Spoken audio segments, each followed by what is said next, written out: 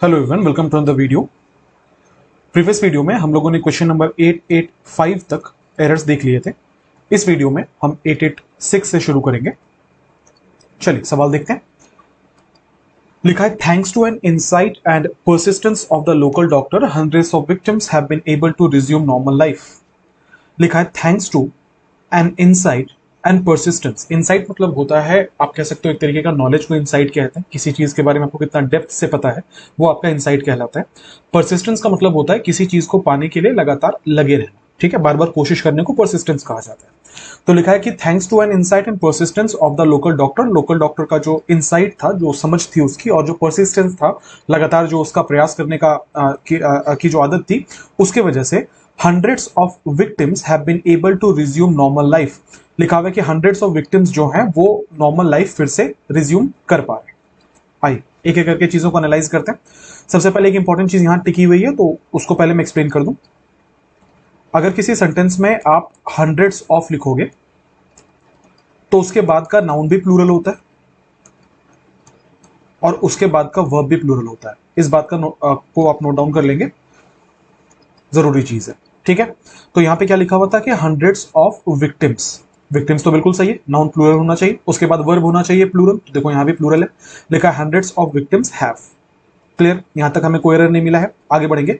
Have been able to, have के बाद V3 होना चाहिए, क्योंकि यहां पे स्टेट अवस्था बताने का काम हो रहा था, इसलिए इसके बाद बिन लगा हुआ है। Have been able to resume, to के बाद V1 होना चाहिए, लगा हुआ है रिज्यूम व्हाट, नॉर्मल लाइफ। तो इस वाले पोर्शन में तो हमें कहीं कोई एरर नहीं मिलेगा। हमने एक करके चेक कर लिया, ये वाला चीज बिल्कुल लॉजिकल है। ठीक है, ऊपर आ जाते हैं फर्स्ट वाले क्लॉज में। दो क्लॉज थे इसमें। लिखा है कि thanks to an insight and persistence of the local doctor. Of preposition है, लोकल डॉक्टर उसका ऑब्जेक्ट होगा, यहां पे भी कोई एरर नहीं है। अब इसको देख लो, लिखा है thanks to an insight and persistence. ठीक है, अच्छा अगर आप सेंटेंस को ठीक से पढ़ रहे हो तो आपको दिख रहा होगा, यहां बार बार मैं कह रहा हूं थैंक्स टू एन इनसाइट, जबकि अभी मैंने आपको एक्सप्लेनेशन के दौरान बोला था कि इनसाइट नॉलेज को ही कहा जाता है।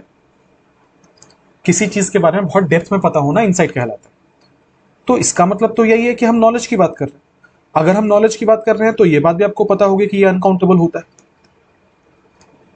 तो भैया जब ये चीज अनकाउंटेबल है तो इसके आगे हम आर्टिकल कैसे लगाएंगे? अनकाउंटेबल चीजों के आगे ए या एन लगता है कभी? क्या कभी आपने बोला है अ वाटर? बोला है क्या? नहीं ना। जिस चीज को गिन ही नहीं सकते उसकी संख्या हम ए या एन लगा के वन कैसे निर्धारित करेंगे? इसका मतलब यहां पे एन नहीं होना चाहिए। तो एरर क्या है? एरर है option number 4, thanks to an insight नहीं होगा, सिर्फ थैंक्स टू इनसाइट होगा। रीजन बिंग, यहां पे एन जो लिखा हुआ था इसकी जरूरत नहीं थी, इनसाइट अनकाउंटेबल। आगे बढ़ेंगे। 87 लिखा है, इन 20 wrecks 5 lives were fortunately lost। लिखा है कि इन 20 wrecks, इन प्रीपोजिशन है, रेक्स उसके लिए ऑब्जेक्ट का काम कर रहा है, 20 इसका एडजेक्टिव है। तो क्या कह रहा है कि 20 बार जो रेक्स आए थे, 20 बार जो बर्बादी आई थी, 5 लाइव्स सब्जेक्ट है यहां का, 5 जिंदगियां। वर, ऑब्वियसली लाइव्स की बात हो रही है तो वर होगा, बिल्कुल होगा। ठीक है, 5 लाइव्स वर फॉर्चुनेटली लॉस्ट। लॉस्ट मतलब होता है खो जाना, चले जाना। तो अगर किसी की मौत हुई है तो हम उसे क्या बोलेंगे? किस्मत से मौत हुई है, या हम उसे बोलेंगे कि बदकिस्मती से मौत हुई है? हाँ जी, तो मैं बोल रहा था कि इसे हम क्या बोलेंगे कि जो 20 बार बर्बादी आई है ना, खुशकिस्मती से 5 जाने चली गई उसमें। कोई सेंस है? खुशकिस्मती से या बदकिस्मती से? ऑब्वियसली बदकिस्मती से। तो ये अंडरस्टैंडिंग कर रहा है, कोई ग्रामर का रूल नहीं है। आंसर क्या होगा? ऑप्शन नंबर 4, फॉर्चुनेटली नहीं होना चाहिए, इसकी जगह पे क्या होना चाहिए? अनफॉर्चुनेटली होना चाहिए। क्लियर है? 888 लिखा है, do you think you could lend me good pair of gloves to wear to the wedding. लिखा है कि do you think you can, देखना क्वेश्चन मार्क है। ठीक है, तो इसका मतलब ये इंट्रोगेटिव सेंटेंस है, तो किससे स्टार्ट हो रहा है? हेल्पिंग वर्ब से। बिल्कुल सही है। लिखा है डू यू थिंक, यू के लिए डू आता है, यहां कोई एरर नहीं है। डू हेल्पिंग वर्ब है, थिंक मेन वर्ब है, यहां भी कोई एरर नहीं है। डू यू थिंक, क्या तुम्हें लगता है? अब यहां से नया क्लॉज स्टार्ट हुआ है। You could lend, you subject है यहां का, कुड मॉडल है, मॉडल के बाद बेस फॉर्म होता है, तो देखो लेंड लिखा हुआ है। अब एक सवाल आपके दिमाग में आएगा कि सर यहां पे कैन होना चाहिए था क्या, क्योंकि प्रेजेंट टेंस डू से स्टार्ट हुआ है। देखो कैन और कुड केवल प्रेजेंट और पास्ट के लिए यूज नहीं होता, बहुत बार ये फॉर्मल इनफॉर्मल के सेंस में भी यूज होता है। अगर मान लो मैं किसी से ग्लव्स मांग रहा हूं और मेरा दोस्त है, तो मैं उसको बोलूंगा कि do you think you can lend me, क्योंकि यहां पे बात ये आती है कि तुम दे सकते हो कि नहीं दे सकते। लेकिन जब अगर मैं किसी ऐसे इंसान से मांग रहा हूं जिसके साथ मेरे फॉर्मल रिलेशनशिप्स हैं, वो मेरा दोस्त नहीं, लेट्स से मैं अपने इन लॉज की फैमिली में कोई बहुत एल्डरली पर्सन से मांग रहा हूं कि आप अपना ग्लव्स देंगे, तो ऑब्वियसली मैं उनको तुम तड़ाक नहीं कर सकता, तो मुझे बहुत फॉर्मली बोलना पड़ेगा। तो फॉर्मल सेंस में भी कुड का इस्तेमाल किया जाता है। ठीक है, जैसे आप अपने दोस्त से बोलते हो तो आप कहते हो कैन यू हेल्प मी। आप जब किसी सीनियर से कहते हो sir sir could you help me, क्योंकि ये चीज जो है ये पोलाइटनेस दिखाता है। ठीक है, तो यहां पे जो कुड यूज किया गया है पोलाइटनेस वाला कुड है, इसको पास्ट मत समझ लेना। ठीक है, लिखा है do you think you could lend मी, क्या आपको लगता है कि आप मुझे दे सकते हो, क्या दे सकते हो, lend me good pair of gloves. क्या लिखा हुआ है, good pair of gloves to wear. To के बाद बेस फॉर्म होता है, बिल्कुल ठीक है, टू वियर कहां, शादी में, टू द वेडिंग। ठीक है, अच्छा अभी ये टू द वेडिंग बिल्कुल सही है। ठीक है, देखो वेडिंग के साथ ना दो प्रीपोजिशन लगते हैं, ध्यान से सुनना, एक टू होता है, दूसरा इन होता है। अगर किसी शादी में मैं एज अ गेस्ट जा रहा हूं, मैं लिख देता हूं यहां पे, अगर किसी शादी में मैं एज अ गेस्ट पार्टिसिपेट कर रहा हूं तो ऐसे केस में टू बिल्कुल सही होता है। अगर शादी में मेरा एक्टिव इन्वॉल्वमेंट है, मेरे परिवार की शादी है, तो ऐसे केस में वहां पे इन होता है। आप बोलोगे सर कैसे पता चलेगा एग्जाम में, एग्जाम में कोई लाइन ऐसा दे देगा जिसको देख के आपको लगेगा कि मैं अपनी शादी की बात कर रहा हूं। जैसे I danced a lot in my wedding, क्योंकि मेरी ही शादी थी, तो माई वेडिंग से बता दिया गया है आपको कि मेरी अपनी शादी थी, तो इन माई वेडिंग होगा, पर टू द वेडिंग होगा क्योंकि मैं एज अ गेस्ट जा रहा हूं। ठीक है, इस बात का ध्यान रखेंगे। हालांकि ये बहुत ज्यादा जरूरी नहीं है क्योंकि इससे कभी सवाल नहीं पूछा मेरा ख्याल है, पर एक रीजन है, एक लॉजिक है, तो मैंने बता दिया आपको। तो क्या लिखा था कि do you think you could lend me good pair of gloves to wear to the wedding. तो ये टू द वेडिंग मैंने बोला बिल्कुल सही है, 2+V1 यहाँ पे बिल्कुल सही है। तो एरर अब कहां बच रहा है, इस वाले पोर्शन को तो हमने चेक कर लिया था, यहां पे कोई एरर नहीं था, इसको भी हमने चेक कर लिया था, यहां पे भी कोई एरर नहीं था। अब लिखा है गुड पेयर ऑफ ग्लव्स, फिर से वही वाली बात आ जाती है।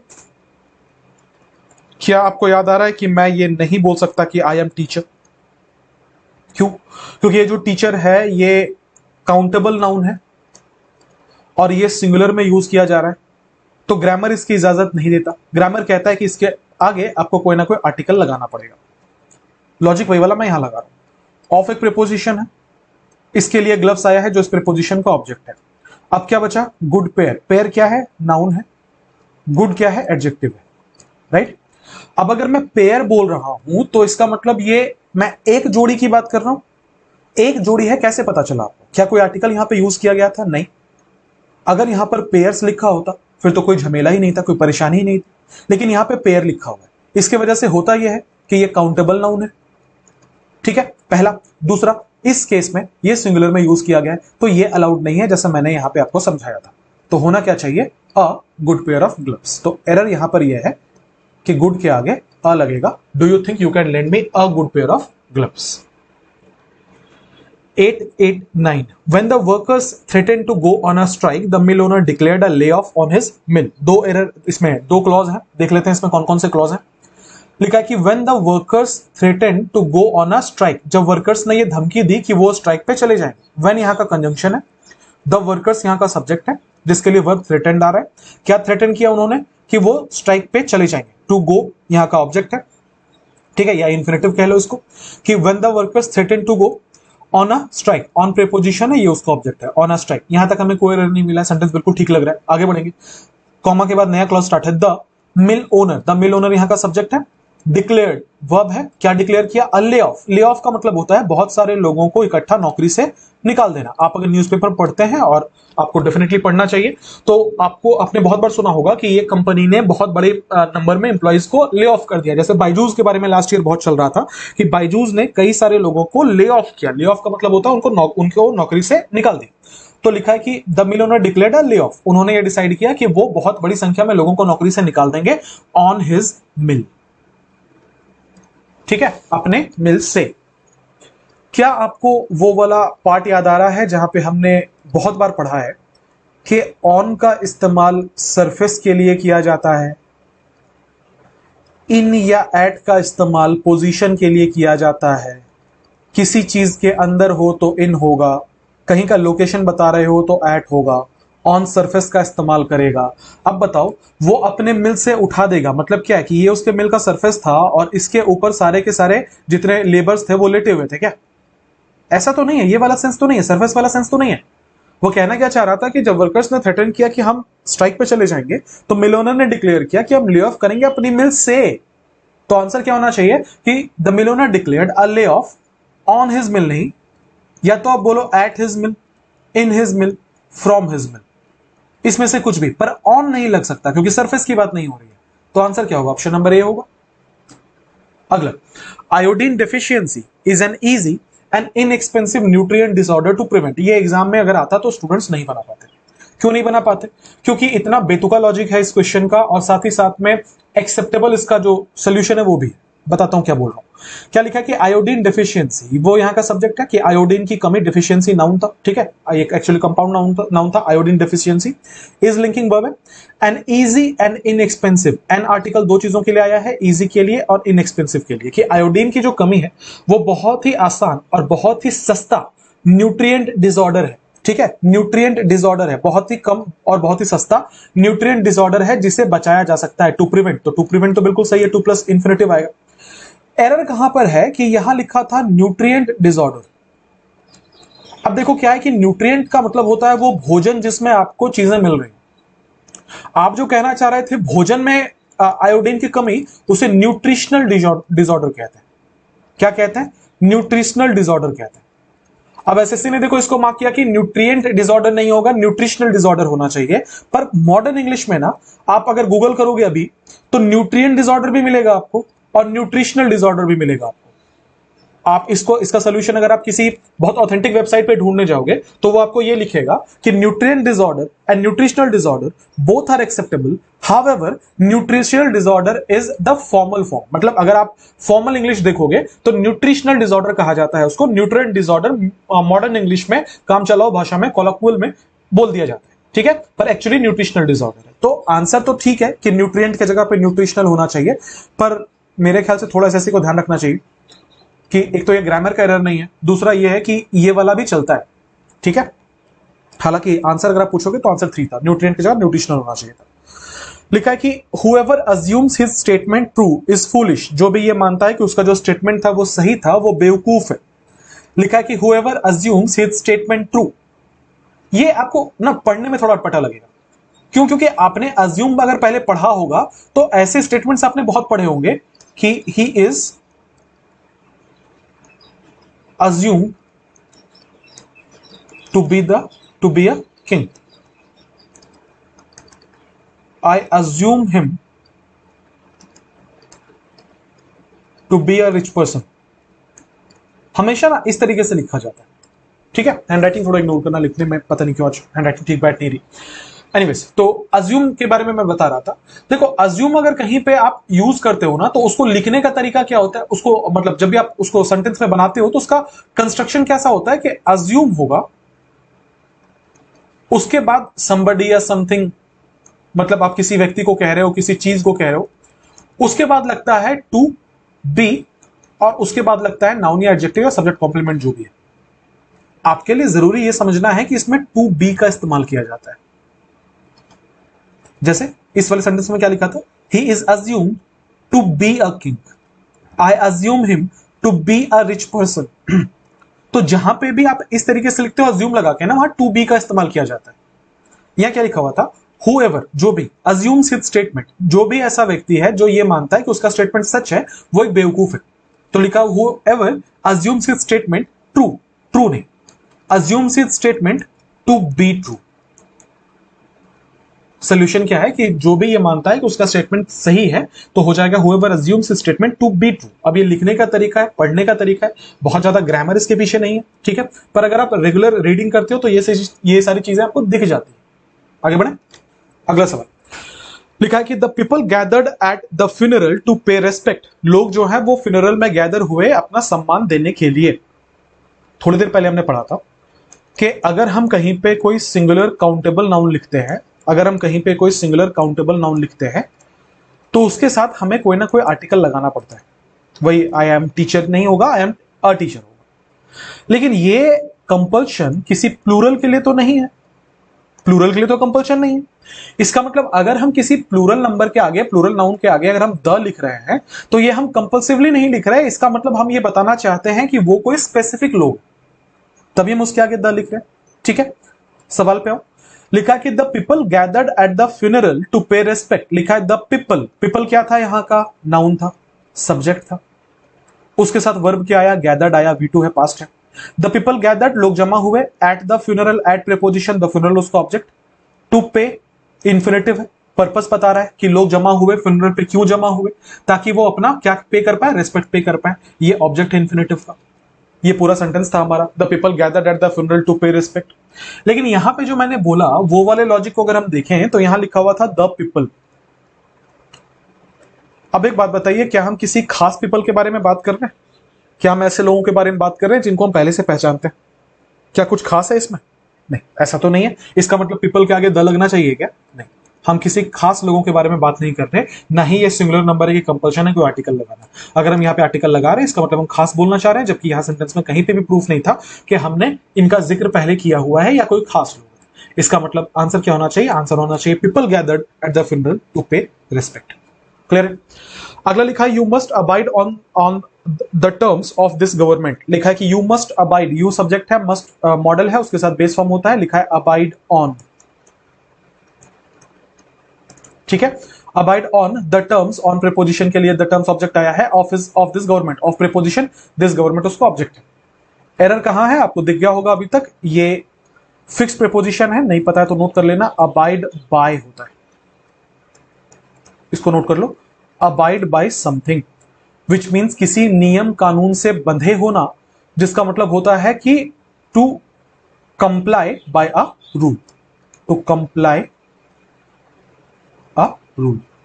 ठीक है, नियम कानून मानना, अबाइड बाय होगा आंसर। अगला, इलेक्ट्रॉनिक मेल और ईमेल, इलेक्ट्रॉनिक मेल सिंगुलर और email singular are a method of exchanging digital messages. Are linking verb है यहां पे और मेथड सब्जेक्ट कॉम्प्लीमेंट है। इलेक्ट्रिक मेल या ईमेल क्या है? एक मेथड है। किसका मेथड है? Of exchanging. ऑफ एक प्रीपोजिशन है, पहले भी सिखाया है कि कोई प्रीपोजिशन के बाद अगर कोई वर्ब आए तो ये वर्ब हमेशा आईएनजी के फॉर्म में होता है, तो यहां लिखा हुआ था ऑफ एक्सचेंजिंग, कोई एरर नहीं है, ये वाली चीज बिल्कुल ठीक है। क्या एक्सचेंज करना? डिजिटल मैसेजेस, एक्सचेंजिंग का ऑब्जेक्ट है डिजिटल मैसेजेस, तो ये बात तो बिल्कुल ठीक है कि ऑफ रहा प्रीपोजिशन, ये रहा जेरेंड और ये रहा उस जेरेंड का ऑब्जेक्ट। ठीक है, बहुत सारे लोगों को लगता है कि सर जेरेंड ऑब्जेक्ट कैसे ले सकता है? देखो, जेरेंड इन्फिनेटिव पार्टिसिपल ये सारे है तो सेमी वर्ब ना, मतलब आप इनका यूज कर रहे हो सेंटेंस में एज अ नाउन, पर बाय नेचर तो ये वर्ब ही है। अगर बाय नेचर ये वर्ब है तो ये वर्ब की क्वालिटीज लेते ही है, एडवर्ब भी आता है इनको क्वालिफाई करने के लिए, ऑब्जेक्ट भी लेते हैं ये, तो ये ऑब्जेक्ट लेंगे बिल्कुल। ठीक है, तो लिखा हुआ है एक्सचेंजिंग डिजिटल मैसेजेस। अच्छा, ऊपर आ जाओ, क्या लिखा हुआ था? इलेक्ट्रॉनिक मेल और ईमेल, ये भी सिंगुलर है, ये भी सिंगुलर है, एंड से नहीं और से जुड़ा हुआ है। और का मतलब क्या होता है? या तो ये या तो ये। इसका मतलब जिसको हम सब्जेक्ट मान रहे हैं वो सब्जेक्ट सिंगुलर होगा या नहीं होगा? अगर ये सिंगुलर होगा तो इसके साथ जो वर्ब यूज करेंगे वो भी सिंगुलर होगा या नहीं होगा? बिल्कुल होगा। लिखा हुआ है are a method, are a method होगा कि इज अ मेथड होगा? आंसर होना चाहिए इज अ मेथड। क्लियर है? अगला, I will have both the blue और द ब्लैक पेन। ये मैंने पहले भी आपको समझाया हुआ है कि बोथ के साथ क्या लगता है? बोथ के साथ लगता है एंड। तो लिखा हुआ था I will have both the blue और द ब्लैक पेन, और नहीं होगा, इसकी जगह पे क्या होगा? And the black pen. आसान सवाल है, आगे बढ़ेंगे। My wife having finish her work rush to meet me at the event. मेरी पत्नी जिन्होंने अपना काम खत्म कर लिया था। अब देखो यहां पे हैविंग का इस्तेमाल किया गया है, डिटेल में समझा रहा हूं, बहुत ध्यान से मेरी बात सुनना। हैविंग का इस्तेमाल किया गया है जब चीजों के आगे आईएनजी लगता है तो वो तीन चीजें हो सकती है, या तो ये V4 हो सकता है, या तो वो जेरेंड हो सकता है, या तो वो प्रेजेंट पार्टिसिपल हो सकता है। तीन चीजें हो सकती हैं। बहुत सारे बच्चों को कंफ्यूजन होता है इसमें। अब देखो क्या लिखा हुआ था कि my wife comma having finish her work, मेरी वाइफ जिन्होंने काम खत्म कर लिया। क्या हम ये बोल सकते हैं कि ये हैविंग वर्ब का सब्जेक्ट वाइफ है? फिर तो इसका मतलब हो जाएगा होना, मेरी वाइफ जो है खत्म। कोई सेंस है इसका? कोई सेंस नहीं। इसमें एक और वर्ब था रस्ड, जो मेन वर्ब का काम कर रहा था, क्योंकि इसमें ईडी लगा हुआ है। अब अगर हम ये देखें कि माई वाइफ इसका सब्जेक्ट है क्या? My wife rush to meet me, मेरी वाइफ जो है वो रश मतलब भागी मिलने के लिए। कौन भागी? मेरी वाइफ भागी। इसका मतलब इस एक्शन का डूअर कौन है? My wife. इसका मतलब ये वाला सब्जेक्ट और ये वाला वर्ब है, तो ये हैविंग तो फिर वर्ब नहीं है, क्योंकि एक सब्जेक्ट एक वर्ब कॉम्बिनेशन हमें मिल चुका है। इसका मतलब ये वाला वर्ब तो नहीं है, तो V4 वाला ऑप्शन को हम काट दे रहे हैं। मैं बता रहा हूं पहचानते कैसा है। अब आ जाओ जेरेंड पे। अगर जेरेंड है तो फिर ये नाउन होगा, नाउन है तो या तो ये सब्जेक्ट बनेगा या तो ये ऑब्जेक्ट बनेगा। या तो ये कॉम्प्लीमेंट बनेगा, तीन ही चीज बन सकता है सेंटेंस में। माई वाइफ यहां का सब्जेक्ट था, तो उसके बाद कॉमा देके हैविंग तो सब्जेक्ट नहीं होगा, सब्जेक्ट तो ऑलरेडी हमको पता है माई वाइफ है, उसके लिए वर्ब भी आया रेस्ट, तो सब्जेक्ट नहीं है। रेस्ट एक इंट्रांजिटिव वर्ब है, भागी। अब इसके आगे हम व्हाट या हुम पूछेंगे तो हमें कोई रिप्लाई नहीं मिलेगा, इसका मतलब ऑब्जेक्ट की भी जरूरत नहीं है, ऑब्जेक्ट भी नहीं हो सकता। कॉम्प्लीमेंट इसका होने के लिए बीच में लिंकिंग वर्ब चाहिए, my wife is having, my wife was having, my wife will be having, कुछ तो लिखना पड़ेगा, कुछ लिखा हुआ है क्या? नहीं, इसका मतलब कॉम्प्लीमेंट भी नहीं है। तो अगर ये सब्जेक्ट भी नहीं है, ऑब्जेक्ट भी नहीं है, कॉम्प्लीमेंट भी नहीं है, इसका मतलब ये जेरेंड भी नहीं है। फिर एक ही चीज बचता है, पार्टिसिपल। अब पार्टिसिपल होने के लिए एक चीज जो रिक्वायरमेंट है वो ये है कि इसका एडजेक्टिव होना जरूरी है। मतलब ये है कि इसके इस्तेमाल से या इसके बाद आने वाला जो फ्रेज है उसके इस्तेमाल से हम माई वाइफ के बारे में कोई एडिशनल इंफॉर्मेशन देना चाहते हैं। आप जरा चेक करते हैं, लिखा है कि माई wife having finish her work. मैं कह रहा हूं कि ये वाला एक प्रेजेंट पार्टिसिपल का फ्रेज है, ये वाला एक पार्टिसिपल फ्रेज है। मेरे बोलने पे मत जाओ, समझो चीजों को। क्यों मैं कह रहा हूं ये पार्टिसिपल फ्रेज है? पार्टिसिपल क्या होता है? वो एक किस्म का एडजेक्टिव होता है जिसका काम होता है कि वो किसी नाउन या प्रोनाउन के बारे में एडिशनल इंफॉर्मेशन देगा। मैं कह रहा हूं कि मेरी वाइफ जो है वो भागी मुझसे मिलने के लिए। कब भागी? जब उन्होंने अपना काम खत्म कर लिया था। इसका मतलब मैं ये कहना चाह रहा हूं कि मेरी वाइफ काम खत्म करके मेरी तरफ भागी। इसका मतलब ये जो एडजेक्टिव वाला फॉर्म है ये मेरी वाइफ के लिए आया हुआ है। मैं कह रहा हूं कब भागी? जब उसने काम खत्म कर लिया था। इसका मतलब यह है कि जब उसने काम खत्म कर लिया था ये उसे क्वालिफाई करने के लिए आ रहा है ना? मैं ऐसा भी तो कह सकता था कि मेरी वाइफ जब खाना बना रही थी, मेरी वाइफ जब टीवी देख रही थी, ये जब खाना बना रही थी, ये जब टीवी देख रही थी, ये सब तो मेरी वाइफ को क्वालिफाई करने के लिए आएगा कि वो कब भागी। जब वो खाना बना रही थी, जब वो टीवी देख रही थी, जब उसने अपना काम खत्म किया। इसका मतलब ये वाला एडजेक्टिव क्लॉज है। अगर ये एडजेक्टिव क्लॉज है तो क्या हम इसे पार्टिसिपल कह सकते हैं? 100% पार्टिसिपल कह सकते हैं। अभी समझ में आया पार्टिसिपल फ्रेज कैसे पकड़ाते हैं? अब जब हमने ये समझ लिया है कि हैविंग से स्टार्ट करते हुए हमने यहां पार्टिसिपल फ्रेज लगाया है, तो देख लेते हैं इसमें कुछ एरर है क्या। लिखा है कि माई wife having finish her work, और अभी हमने बोला था कि ये वाला एक पार्टिसिपल फ्रेज है, ये वाला एक पार्टिसिपल फ्रेज है। पर भाई साहब फिर तो इसमें एरर हो गया। क्यों? क्योंकि पार्टिसिपल फ्रेज ये कहता है कि आप अगर हैविंग के साथ इस्तेमाल कर रहे हो इसका, तो हैविंग के बाद V3 होना चाहिए। पार्टिसिपल फ्रेज का स्ट्रक्चर ये है कि हैविंग के साथ V3 होना चाहिए। यहां क्या लिखा हुआ था? माई wife having finish her work. क्या होना चाहिए था? Finished her work. आंसर क्या हो जाएगा? My wife having finished her work. Clear है? आगे बढ़े। लिखा कि she always fed her childrens before she fed her dog. ये प्रीवियस क्लास में भी हमने किया था। चाइल्ड को जब आप प्लूरल बनाते हो तो वो चिल्ड्रन बनता है ना? ये ऑलरेडी एक प्लूरल नंबर है, कोई लॉजिक नहीं है कि आप चिल्ड्रन के आगे एस लगा के उसे चिल्ड्रंस बनाओ। तो लिखा था शी ऑलवेज फेड, फीड का पास्ट होता है fed. She always fed her childrens, error है, चिल्ड्रंस नहीं होगा, क्या होगा? चिल्ड्रन होगा। अगला, one must obey one's teachers. हर किसी को अपने टीचर्स की बात माननी चाहिए। ये वाला रूल आपको याद आ रहा होगा कि वन के साथ आगे अगर हमें कोई पॉजिटिव प्रोनाउन लगाना पड़े तो हम वंस लगाते हैं, पॉजिटिव एडजेक्टिव लगाना पड़े तो वंस लगाते हैं, प्रोनाउन लगाना पड़े तो वन लगाते हैं। ये वाला फॉर्म हमने पहले भी पढ़ा है। लिखा है वन मस्ट ओबे। मस्ट क्या है? मॉडल है, मॉडल के बाद हमेशा बेस फॉर्म होता है, तो देख लो इसके बाद बेस फॉर्म है ओबे। वंस बिल्कुल सही है, यहां वन था, यहां वंस था, और टीचर्स इसके बाद नाउन था। ठीक है, कोई एरर नहीं है। आंसर क्या हो जाएगा? Option number 4। अगला, make what you right and से मोर एब्जॉर्ब एंड इनग्रॉसिंग। लिखा है कि make what you right imperative sentence है, ये वर्ब मेक से स्टार्ट हुआ है। ठीक है, ये यहां का वर्ब है, वही bring a glass of water वाली बात है। तो ये वाला वर्ब है, इंपेरेटिव सेंटेंस है। क्या बनाने की को कहा जा रहा है? मेक वॉट यू राइट, जो भी तुम, यहां वॉट का मतलब क्या नहीं, जो वाला है। मेक वॉट यू राइट, जो भी आप लिखते हो। ठीक है, यू क्या है? सब्जेक्ट है, राइट क्या है? वर्ब है। तो लिखा है make what you right and से। एंड किसके लिए आ रहा है? ये दो वर्ब को जोड़ रहा है। कौन कौन से वर्ब को? राइट को और से को। तो क्या लिखा? Make what you right and से मोर एब्जॉर्ब्ड, जो भी आप लिख रहे हो या जो भी आप कह रहे हो उसको और एब्जॉर्ब्ड बनाओ, एंड और इनग्रॉसिंग बनाओ। ऐसे सवाल हम बहुत कर चुके हैं। क्या है, याद आ रहा होगा आपको।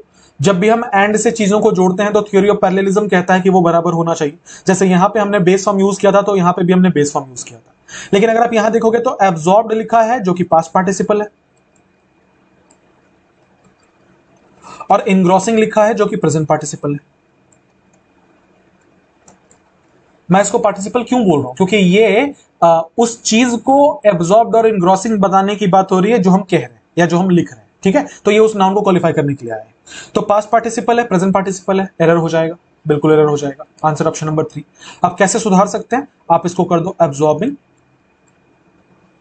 एंड इनग्रॉसिंग, या फिर एब्जॉर्ब्ड एंड इनग्रॉस्ड। हालांकि फर्स्ट वाले को प्रीफर करना, ठीक है। अगला, they came here in the evening. दो क्लॉज है इसमें, पहला यहां से यहां तक है, they came here in the evening, वो लोग यहां शाम में आए। दे सब्जेक्ट है, केम वर्ब है, हियर यहां का एडवर्ब है। दे केम हियर, यहां आए, इन the evening, in the evening यहां पे प्रीपोजिशनल फ्रेज है, शाम को आए। And conjunction, begin making further arrangements. Begin यहां का वर्ब है, ठीक है। मेकिंग यहां का जेरेंड है, उन्होंने शुरू किया, क्या शुरू किया, बनाना। इसका मतलब ये ऑब्जेक्ट का काम कर रहा है, आईएनजी लगा हुआ है। क्या करना, क्या बनाना, मेकिंग फर्दर अरेंजमेंट्स, आगे के अरेंजमेंट्स, ठीक है। ये ऑब्जेक्ट का काम कर रहा है, किसका ऑब्जेक्ट है, मेकिंग का ऑब्जेक्ट है, ठीक है। फिर से वही वाली बात है कि यहां पे मेकिंग पार्टिसिपल क्यों नहीं हुआ, क्योंकि ये ऑब्जेक्ट का काम कर रहा है। अगर सब्जेक्ट या ऑब्जेक्ट में आएगा, कोई नाउन को क्वालिफाई नहीं कर रहा, तो इसका मतलब ये जेरेंड है, तो ये वाला क्या होगा, जेरेंड होगा। तो लिखा हुआ था they came here in the evening, वो लोग शाम को यहां पे आए, एंड बिगिन मेकिंग। अब मुझे बताइएगा कि ये जो एंड है, ये कौन से दो चीजों को जोड़ रहा है। जहां तक मैं समझ पा रहा हूं, मैं जो लिख रहा हूं वहां पे जाना, ये दो क्लॉज को जोड़ रहा है। एक क्लॉज है ये वाला, दूसरा क्लॉज है ये वाला। ये दोनों क्लॉजेस को जोड़ने के लिए एंड का काम आया। अच्छा, दोनों का सब्जेक्ट कॉमन था ना, दोनों का सब्जेक्ट कॉमन था। कौन सा वर्ड सब्जेक्ट था, दे था। ये दे ही केम के लिए आया है और दे ही बिगिन के लिए आया है। क्या ये बात आप समझ पाए? अभी तक मैं एरर पे नहीं आ रहा, मैं बस सेंटेंस अलग अलग कर रहा हूं आपके लिए। ये बात अगर आप समझ गए तो हम अगली बात पर आते हैं। अब क्या लिखा था, they came here in the evening, वो लोग शाम को यहां पर आए। एंड बिगिन, जब आप केम लिख रहे हो तो वो पास्ट टेंस में है, V2 में है, और फिर आप बिगिन लिख रहे हो जो कि प्रेजेंट टेंस में है। तो बोलो सही होगा कि गलत होगा, गलत होगा कि नहीं होगा। यहां पे बिगिन नहीं होना चाहिए, यहां पे क्या होना चाहिए था, बिगैन होना चाहिए था, पास्ट में होना चाहिए था। तो क्या लिखा हुआ था, वो लोग शाम को यहां पे आए और उन्होंने शुरुआत की चीजों को बनाने की। They came here in the evening and began making further arrangements. तो बिगिन की जगह पे क्या हो जाएगा, बिगैन। टेंस का सवाल था, सिंपल सवाल था। अगला, she made the child to study hard. रटा रटा यह सवाल है, आपको मैंने 3-4 बार ये पढ़ाया हुआ है। याद होगा आपको, मैंने पॉजिटिव वर्ब पढ़ाया था, वहां पे मैंने आपको सिखाया था कि अगर किसी सेंटेंस में हम गेट और हैव का इस्तेमाल करें तो उसके साथ पास्ट पार्टिसिपल लगता है, मतलब V3 लगता है। जबकि अगर हम कहीं पे मेक, लेट और हेल्प का इस्तेमाल करें तो उसके साथ बेस फॉर्म लगता है। For example, I got the document signed, past participle. She made him clean the garage, base form. I had my car repaired, past participle. He let me use his computer, base form. She helped me solve the problem, base form. कितनी बार हम ये पढ़ चुके हैं कि positive verb ऐसे तो बहुत सारे होते हैं, ये 5 मेजर है जिसमें हमने ये पढ़ा है कि गेट और हैव पास्ट पार्टिसिपल लेते हैं, जबकि मेक, लेट और हेल्प बेस फॉर्म लेते हैं। ये हमने पहले भी पढ़ा है। आई लिखा, she made the child to study hard. अभी तो पढ़ा था कि मेड और मेक और लेट के साथ बेस फॉर्म लगता है। तो अगर बेस फॉर्म लगता है तो she made the child to study hard थोड़ी होगा। आंसर क्या होना चाहिए, स्टडी हार्ड, ठीक है। यहां पे ये एरर हो जाएगा, टू स्टडी की जगह पे हम क्या करेंगे, स्टडी कर लेंगे। अगला 902 लिखा कि the promise was broken by him, जो वादा था वो उसने तोड़ दिया। सब्जेक्ट क्या है यहां का, द प्रॉमिस। हेल्पिंग वर्ब क्या है, वॉज। ये क्या है, V3। प्रॉमिस ने किसी को तोड़ा कि प्रॉमिस को तोड़ा गया, ऑब्वियसली प्रॉमिस को तोड़ा गया। इसका मतलब ये कौन सा वॉइस होगा, पैसिव वॉइस होगा। सब्जेक्ट हमारा रिसीवर है एक्शन का, तो हमारा फॉर्म क्या होना चाहिए, B+V3 का होना चाहिए।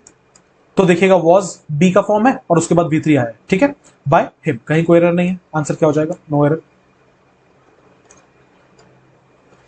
Rakesh founds the newspaper very dull. देखो, फाइंड एक वर्ब होता है जिसका V2 होता है फाउंड और V3 होता है फाउंड। एक होता है फाउंड, फाइंड मतलब होता है ढूंढना, ठीक है।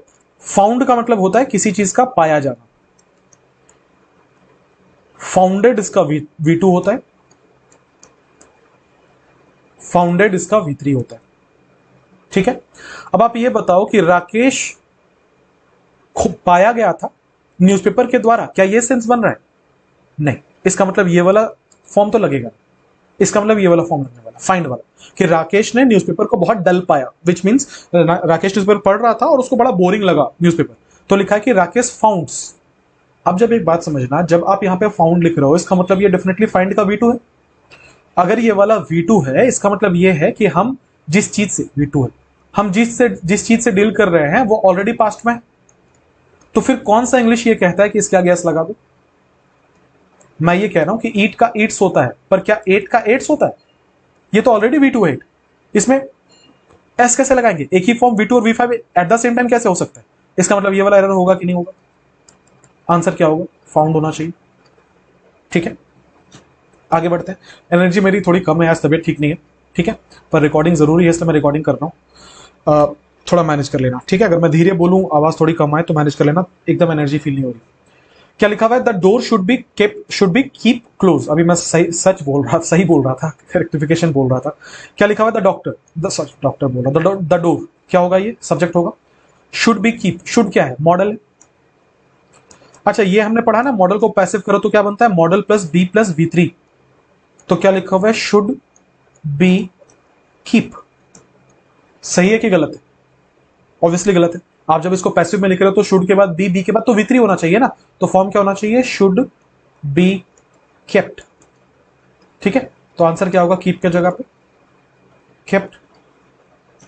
Next, scientist now hope that cloning can successfully be conducted in human beings in the near future. लिखा है कि साइंटिस्ट नाउ होप, साइंटिस्ट यहां का सब्जेक्ट है और होप यहां का वर्ब। अगर आपने देखा है सेंटेंस को सही से तो आपको अंदाजा हो गया होगा कि साइंटिस्ट जो लिखा है यहां पर, ये सिंगुलर सब्जेक्ट है, और होप जो लिखा है यहां पर, ये प्लूरल वर्ब है। तो बताओ क्या एग्रीमेंट में है? Singular subject singular verb, plural subject plural verb, पढ़ा है ना आपने। इसका मतलब क्या होना चाहिए? यहां पे होप को होप्स कर देते हैं, ठीक है। तो क्या हो जाएगा? Scientist now hopes. लेकिन ये रेक्टिफिकेशन सही नहीं है। क्यों सही नहीं? हमने होप को होप्स बना दिया तो भी क्या लिखा होगा? साइंटिस्ट नाउ होप्स, यही लिखा होगा। लेकिन फिर से क्या वो वाली बात याद आ रही है कि आई एम बॉय। साइंटिस्ट एक काउंटेबल नाउन है और यहां पर ये as a singular number use किया गया है। कभी भी ये सही हो सकता है? नहीं ना, आपको इसके आगे आर्टिकल लगाना पड़ेगा ना। तो क्या बोलना पड़ेगा फिर? A scientist now hopes. इसका मतलब फिर यहां भी एरर होगा, यहां भी एरर होगा। तो कॉमन सेंस ये कहता है कि दो जगह चेंज नहीं करते हैं। हम क्या करते हैं? हम सिर्फ साइंटिस्ट को साइंटिस्ट बना देंगे तो हमारा काम हो जाएगा, ठीक है। तो या तो आप इसको इस तरीके से सुधारिए कि साइंटिस्ट नाउ होप, या तो आप इस तरीके से सुधारिए अ साइंटिस्ट नाउ होप्स, ठीक है। हालांकि एरर तो सेम ही पार्ट में, पर रेक्टिफिकेशन दो तरीके से था, आपके लिए जानना जरूरी था, वो मैंने आपको यहां पे बता दिया है। आगे बढ़ेंगे। 906 लिखा है कि they had to put off the garden party because of the heavy rain. उन्हें गार्डन में जो पार्टी थी उसको पुट ऑफ करना पड़ा। पुट ऑफ का मतलब होता है पोस्टपोन। पुट ऑफ का मतलब होता है टू पोस्टपोन। यह मैंने पहले आपको सिखाया हुआ है 3-4 बार। क्या लिखा हुआ है कि उन्हें गार्डन की पार्टी को पुट ऑफ करना पड़ा क्योंकि बहुत तेज बारिश आ रही थी। They had to put off the party, तो the garden party because of heavy rain. अब यहां पे क्या लिखा होता है? पुट ऑफ, जिसका मतलब होता है टू पोस्टपोन। तो भैया इसकी स्पेलिंग OFF ऑफ है। यहां जो पुट ऑफ लिखा हुआ है इसमें ये फ्रेजल वर्ब नहीं, ये ऑफ प्रीपोजिशन हो जाएगा, अर्थ का अनर्थ हो जाएगा। इसका मतलब ये वाला का आंसर होना चाहिए। यहां पे ऑफ नहीं होगा, उसके जगह पे क्या होगा? OFF ऑफ होगा। आगे बढ़ते हैं। लिखा है when one takes great risk they must be prepared for great losses. जब कोई व्यक्ति बड़ा रिस्क लेता है, ठीक है, उन्हें तैयार रहना चाहिए बहुत बड़े लॉस के लिए भी, बहुत बड़े नुकसान के लिए। व्हेन कंजंक्शन है, वन सब्जेक्ट है, टेक्स वर्ब है, ग्रेट रिस्क ऑब्जेक्ट है, दे सब्जेक्ट है, मस्ट बी प्रिपेयर्ड यहां का मॉडल प्लस बेस फॉर्म है, मॉडल प्लस V3 है क्योंकि पैसिव में था, one must be prepared. For great losses, ठीक है, कि बहुत ज्यादा नुकसान के लिए उनको तैयार रहना चाहिए। एरर क्या है? एरर बहुत सिंपल है, पहले भी मैंने पढ़ाया है। अगर आप वन का यूज करो तो आगे चल के या तो वन लगता है या तो वंस लगता है, पढ़ाया ना मैंने। यहाँ क्या लिखा हुआ है कि one when one takes great risk they must be, they नहीं होगा, क्या होना चाहिए? One must be prepared.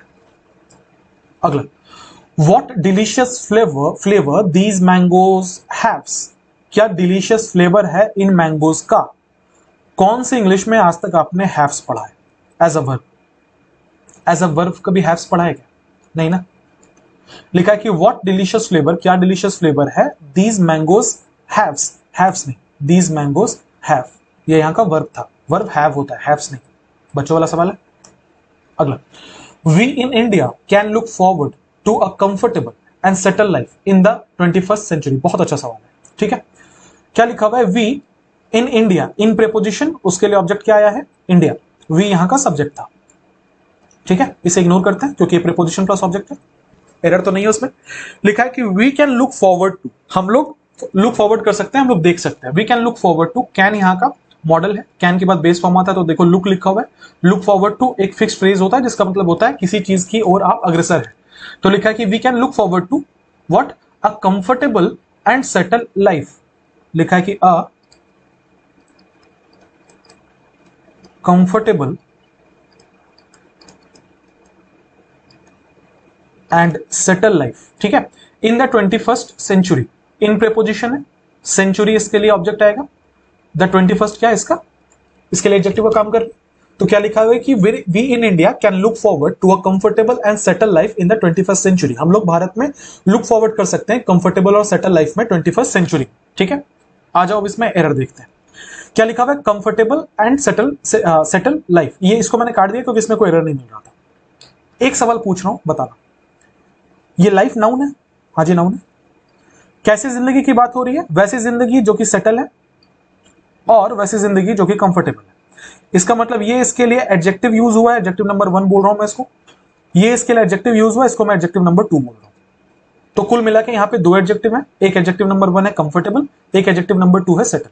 ये बात समझ पाए क्या? अच्छा आगे बढ़ेंगे। अब जब ये दोनों बातें हमें समझ में आ गई हैं तो अगली चीज हम समझते हैं कि एक सवाल पूछ रहा हूं, अ कंफ्यूज पर्सन होता है या अ कंफ्यूज पर्सन होता है? आप बताओ। हम कई बार मैंने बोलते हुए सुना लोगों को, ये बड़ा कंफ्यूज है यार। कंफ्यूज है कि कंफ्यूज्ड है? दोनों में क्या अंतर है? आओ जरा अंतर समझते हैं। कंफ्यूज का मतलब होता है किसी को डाउट में करना, विच इज अ वर्ब। जब आप इसको V3 में बदल देते हो और आप इसको बदल देते हो कंफ्यूज्ड, तो इसका दो काम हो जाता है। या तो ये किसी सेंटेंस में वर्ब जैसा यूज हो हैज हैव हैड के बाद या पैसिव वॉइस में, या तो फिर ये एक पास्ट पार्टिसिपल का काम करे और ये एक एडजेक्टिव बन जाए जो किसी चीज को क्वालिफाई करने के लिए आए। ये वाला एग्जांपल मैंने पहले भी दिया है, मिस्ड कॉल, एक ऐसा कॉल जो कि मिस्ड हुआ है। यहां पे ये वर्ब नहीं है, ये इस कॉल को क्वालिफाई करने के लिए एडजेक्टिव है जो कि कहां से बना है? मिस के आगे ईडी लगा के मिस्ड बना है। इसका मतलब यह है, अगर हम एक वर्ब को एज एन एडजेक्टिव यूज करना चाहते हैं और उसे पास्ट पार्टिसिपल बनाना चाहते हैं तो उसका V3 में होना जरूरी है। Which brings me to the conclusion कि अ कंफ्यूज पर्सन नहीं होता। क्यों नहीं होता? क्योंकि ये कंफ्यूज वर्ब होता है। हम वर्ब और नाउन साथ में कैसे लिखेंगे? हम जो करना चाह रहे हैं वो ये करना चाह रहे हैं कि एक नाउन है, उसे क्वालिफाई करने के लिए कोई एडजेक्टिव लगाना चाह रहे हैं। वो एडजेक्टिव तब लग सकता है जब हम इस वर्ब को V3 में चेंज कर दें, इस वर्ब को पास्ट पार्टिसिपल बना दें। तो कंफ्यूज पर्सन लिखा होगा, ये तो नहीं हो सकता। अगर हम कंफ्यूज कर दे तो हो जाएगा। क्यों हो जाएगा? क्योंकि ये नाउन था और ये वाला क्या था? पास्ट पार्टिसिपल था। बोलो समझे कि नहीं समझे? आ जाओ इस पे। क्या लिखा हुआ है कि we in India can look forward to a comfortable and settle life. Settle life होगा या सेटल्ड लाइफ होगा? सोचो तो जरा। यहां सेटल लिखा हुआ है जो कि वर्ब है, बात तो वही है कंफ्यूज पर्सन की कंफ्यूज पर्सन। तो यहां जब हम इसे एडजेक्टिव जैसा यूज करना चाह रहे हैं तो सेटल थोड़ी ना होगा, क्या होगा? सेटल्ड होना चाहिए कि नहीं होना चाहिए? तो हमारा सोल्यूशन ये हुआ अल्टीमेटली कि we in India can look forward to a comfortable and settled life, not a settle life. बहुत बढ़िया सवाल था। तो आंसर क्या हो जाएगा? Settled life. क्लियर है क्या? आगे बढ़ते हैं। क्वेश्चन नंबर 910 लिखा कि it is painful to saw that some youngsters are killing time without doing anything useful. ये बहुत दर्दनाक है देखना कि कुछ यंगस्टर्स हैं जो कि अपना समय बेकार में बर्बाद कर रहे हैं कुछ बिना यूजफुल किए। लिखा it is painful to saw, सही है क्या? टू सॉ कैसे होगा भाई साहब? टू के बाद तो हमेशा बेस फॉर्म लगता है, V1 लगता है, जिसे हम इन्फिनेटिव कहते हैं। तो टू सॉ नहीं होगा, it is very painful to see होगा। बहुत आसान सवाल था, ठीक है। आगे अगर हम देखें तो दैट कंजंक्शन है, सम यंगस्टर्स ऑब्जेक्ट है, आर हेल्पिंग वर्ब है, किलिंग मेन वर्ब है, टाइम ऑब्जेक्ट है, विदाउट प्रीपोजिशन है, उसके लिए जेरेंट डूइंग आया है, विदाउट डूइंग एनीथिंग यूजफुल इसका ऑब्जेक्ट है। अगला, one should have their teeth checked every 6 months, हर किसी को अपने दांत 6 महीने में दिखाने चाहिए। तो लिखा है कि one should have their teeth, there teeth नहीं होगा, वन से स्टार्ट कर रहे हो तो वंस लिखो, कितनी बार ये वाला रूल आ गया। लिखा है a honest person is upright in speech thought and deed, deed मतलब होता है कर्म। एक ईमानदार आदमी हमेशा स्ट्रेट फॉरवर्ड होता है अपनी बातों में, अपने सोच में और अपने कर्मों में, ठीक है, हमेशा सही रहने की कोशिश करता है। लिखा है अ ऑनेस्ट पर्सन, आपने ये पढ़ा होगा कि एन ऑनेस्ट होता है, क्योंकि हम अल्फाबेट पे नहीं जाते, हम साउंड पे जाते हैं। साउंड इसका ऑनेस्ट ओ से स्टार्ट होता हुआ दिखता है, इसलिए एन होगा। अगला, यू विल नॉट सक्सीड, तुम सक्सीड नहीं करोगे, तुम आगे नहीं बढ़ोगे, unless you don't work hard. ये आपने पहले भी पढ़ा होगा, दोबारा पढ़ा दे रहा हूं। अनलेस, अंटिल और लेस्ट, ये तीनों के तीनों नेगेटिव कंजंक्शंस है, नेगेटिव कॉनोटेशन वाले कंजंक्शंस है, ठीक है। इसका मतलब होता है इफ नॉट, इसका मतलब होता है टिल नॉट, लेस्ट का मतलब होता है कहीं ऐसा ना हो, जिसे हम कहते हैं कि गॉड फॉरबिड, भगवान ना करे, ठीक है। ये तीनों के तीनों नेगेटिव हैं, तो इनके बाद कभी भी कोई भी नेगेटिव फ्रेज का इस्तेमाल हम नहीं करते, वरना डबल नेगेटिव हो जाएगा, कॉमन सेंस। लिखा you will not succeed unless you don't, unless अगर नहीं, डोंट नहीं, डोंट को यहां से हटा देंगे, क्या हो जाएगा, unless you work hard. He stated that he prefers tea than coffee, उसने ऐसा कहा, ऐसा स्टेट किया, ऐसा कहा कि वो प्रीफर करता है टी को कॉफी के साथ, यहां पे हो जाएगा ही प्रीफर्स टी टू कॉफी, ठीक है, जो कि एकदम क्लासिक एसएससी का सवाल है, जिसमें एसएससी ने फिर से कुछ फूक के मस्त क्वेश्चन सेट किया। क्यों? एसएससी ने यहां स्टेटेड लिख दिया जो कि पास्ट टेंस में, तो यहां पे फिर इसे पास्ट बनाना पड़ेगा और इसे करना पड़ेगा प्रीफर्ड, उस हिसाब से एरर सेकंड पार्ट में। लेकिन फिर उसने लिख दिया टी देन कॉफी, यहां पे होना चाहिए टी टू कॉफी। तो पता नहीं एसएससी कैसे क्वेश्चन सेट करती। सोल्यूशन ये है कि यहां पे दो एरर है, प्रीफर की जगह प्रीफर्ड होगा, देन की जगह टू होगा। अगला, he has been complaining about headache since फिर से मैं सही बोल रहा हूं, फ्रॉम मॉर्निंग। लिखा she has been complaining about headache, उसका सर दुख रहा है, कब से दुख रहा है, मॉर्निंग से। और यहां has been लिखा है, इसका मतलब अभी भी, अभी जो राइट नाउ जो टाइम है, यहां तक काम चल रहा है। इसका मतलब यह है कि काम स्टार्ट कब हुआ था, पास्ट में, चलता हुआ कब तक आया है, प्रेजेंट तक, राइट। काम स्टार्ट हुआ था पास्ट में, चलता आया है प्रेजेंट तक, तो यहां पे क्या हम लोग प्रेजेंट परफेक्ट कॉन्टिन्यूअस टेंस लगा सकते हैं, लगा सकते हैं। स्ट्रक्चर तो ठीक फॉलो कर रहे हैं, पर गड़बड़ यह है कि जहां मॉर्निंग लिखा हुआ था उसके आगे फ्रॉम लिखा हुआ है, जो कि सही नहीं होता। हमने पढ़ा है कि अगर हम कहीं पे एग्जैक्टली पॉइंट ऑफ टाइम बता दें कि काम कब से शुरू हुआ था, तो वहां पे सिंस का इस्तेमाल किया जाता है। तो फ्रॉम का इस्तेमाल मत करिए, इसके जगह पे सिंस का इस्तेमाल करिए। आगे बढ़ते हैं। लिखा कि the children left the play ground one after one, children जो है वो उन्होंने प्ले ग्राउंड छोड़ दिया एक के बाद एक। द चिल्ड्रन यहां का सब्जेक्ट है, लेफ्ट यहां का वर्ब है, क्या छोड़ दिया, प्ले ग्राउंड छोड़ दिया, ऑब्जेक्ट है। वन आफ्टर वन, तो भाई साहब वन आफ्टर वन कुछ नहीं होता, या तो आप बोलो वन बाय वन, एक एक करके, वन आफ्टर वन की जगह पे और क्या यूज कर सकते हैं, वन बाय वन ही ठीक रहेगा। या फिर आप ये भी बोल सकते हो आफ्टर वन अनदर, ये भी बोल लो कि आफ्टर वन अनदर, एक के बाद एक, दोनों में से कुछ भी करो, पर वन आफ्टर वन नहीं होता, वन बाय वन होता है। अगर आप ये बोलना चाह रहे हो कि बच्चों ने एक एक करके प्लेग्राउंड छोड़ा, तो वन बाय वन बोलो उसको। अगला, I knew the town well so I was able to advice him where to go. लिखा है कि I knew the town well, दो क्लॉज है इसमें, आई सब्जेक्ट है यहां पे, उसके लिए वर्ब न्यू आया है। I knew what, I knew the town, ठीक है, इसका मतलब ये वाला ऑब्जेक्ट है। वेल यहाँ का एडवर्ब है, ठीक है, न्यू के लिए आ रहा है कि मैं टाउन को बहुत अच्छे तरीके से जानता था। So conjunction, I was able, I subject है, ठीक है, वॉज वर्ब है यहाँ का, I was able to advice him, ये मैंने आपको पहले भी पढ़ाया है। एडवाइस सीई एक नाउन होता है, एडवाइस एसई एक वर्ब होता है। इसका मतलब होता है सलाह, इसका मतलब होता है सलाह देना। सेम ऐसे ही चलता है प्रैक्टिस और प्रैक्टिस, याद आ रहा होगा आपको। Practice with a C is a noun,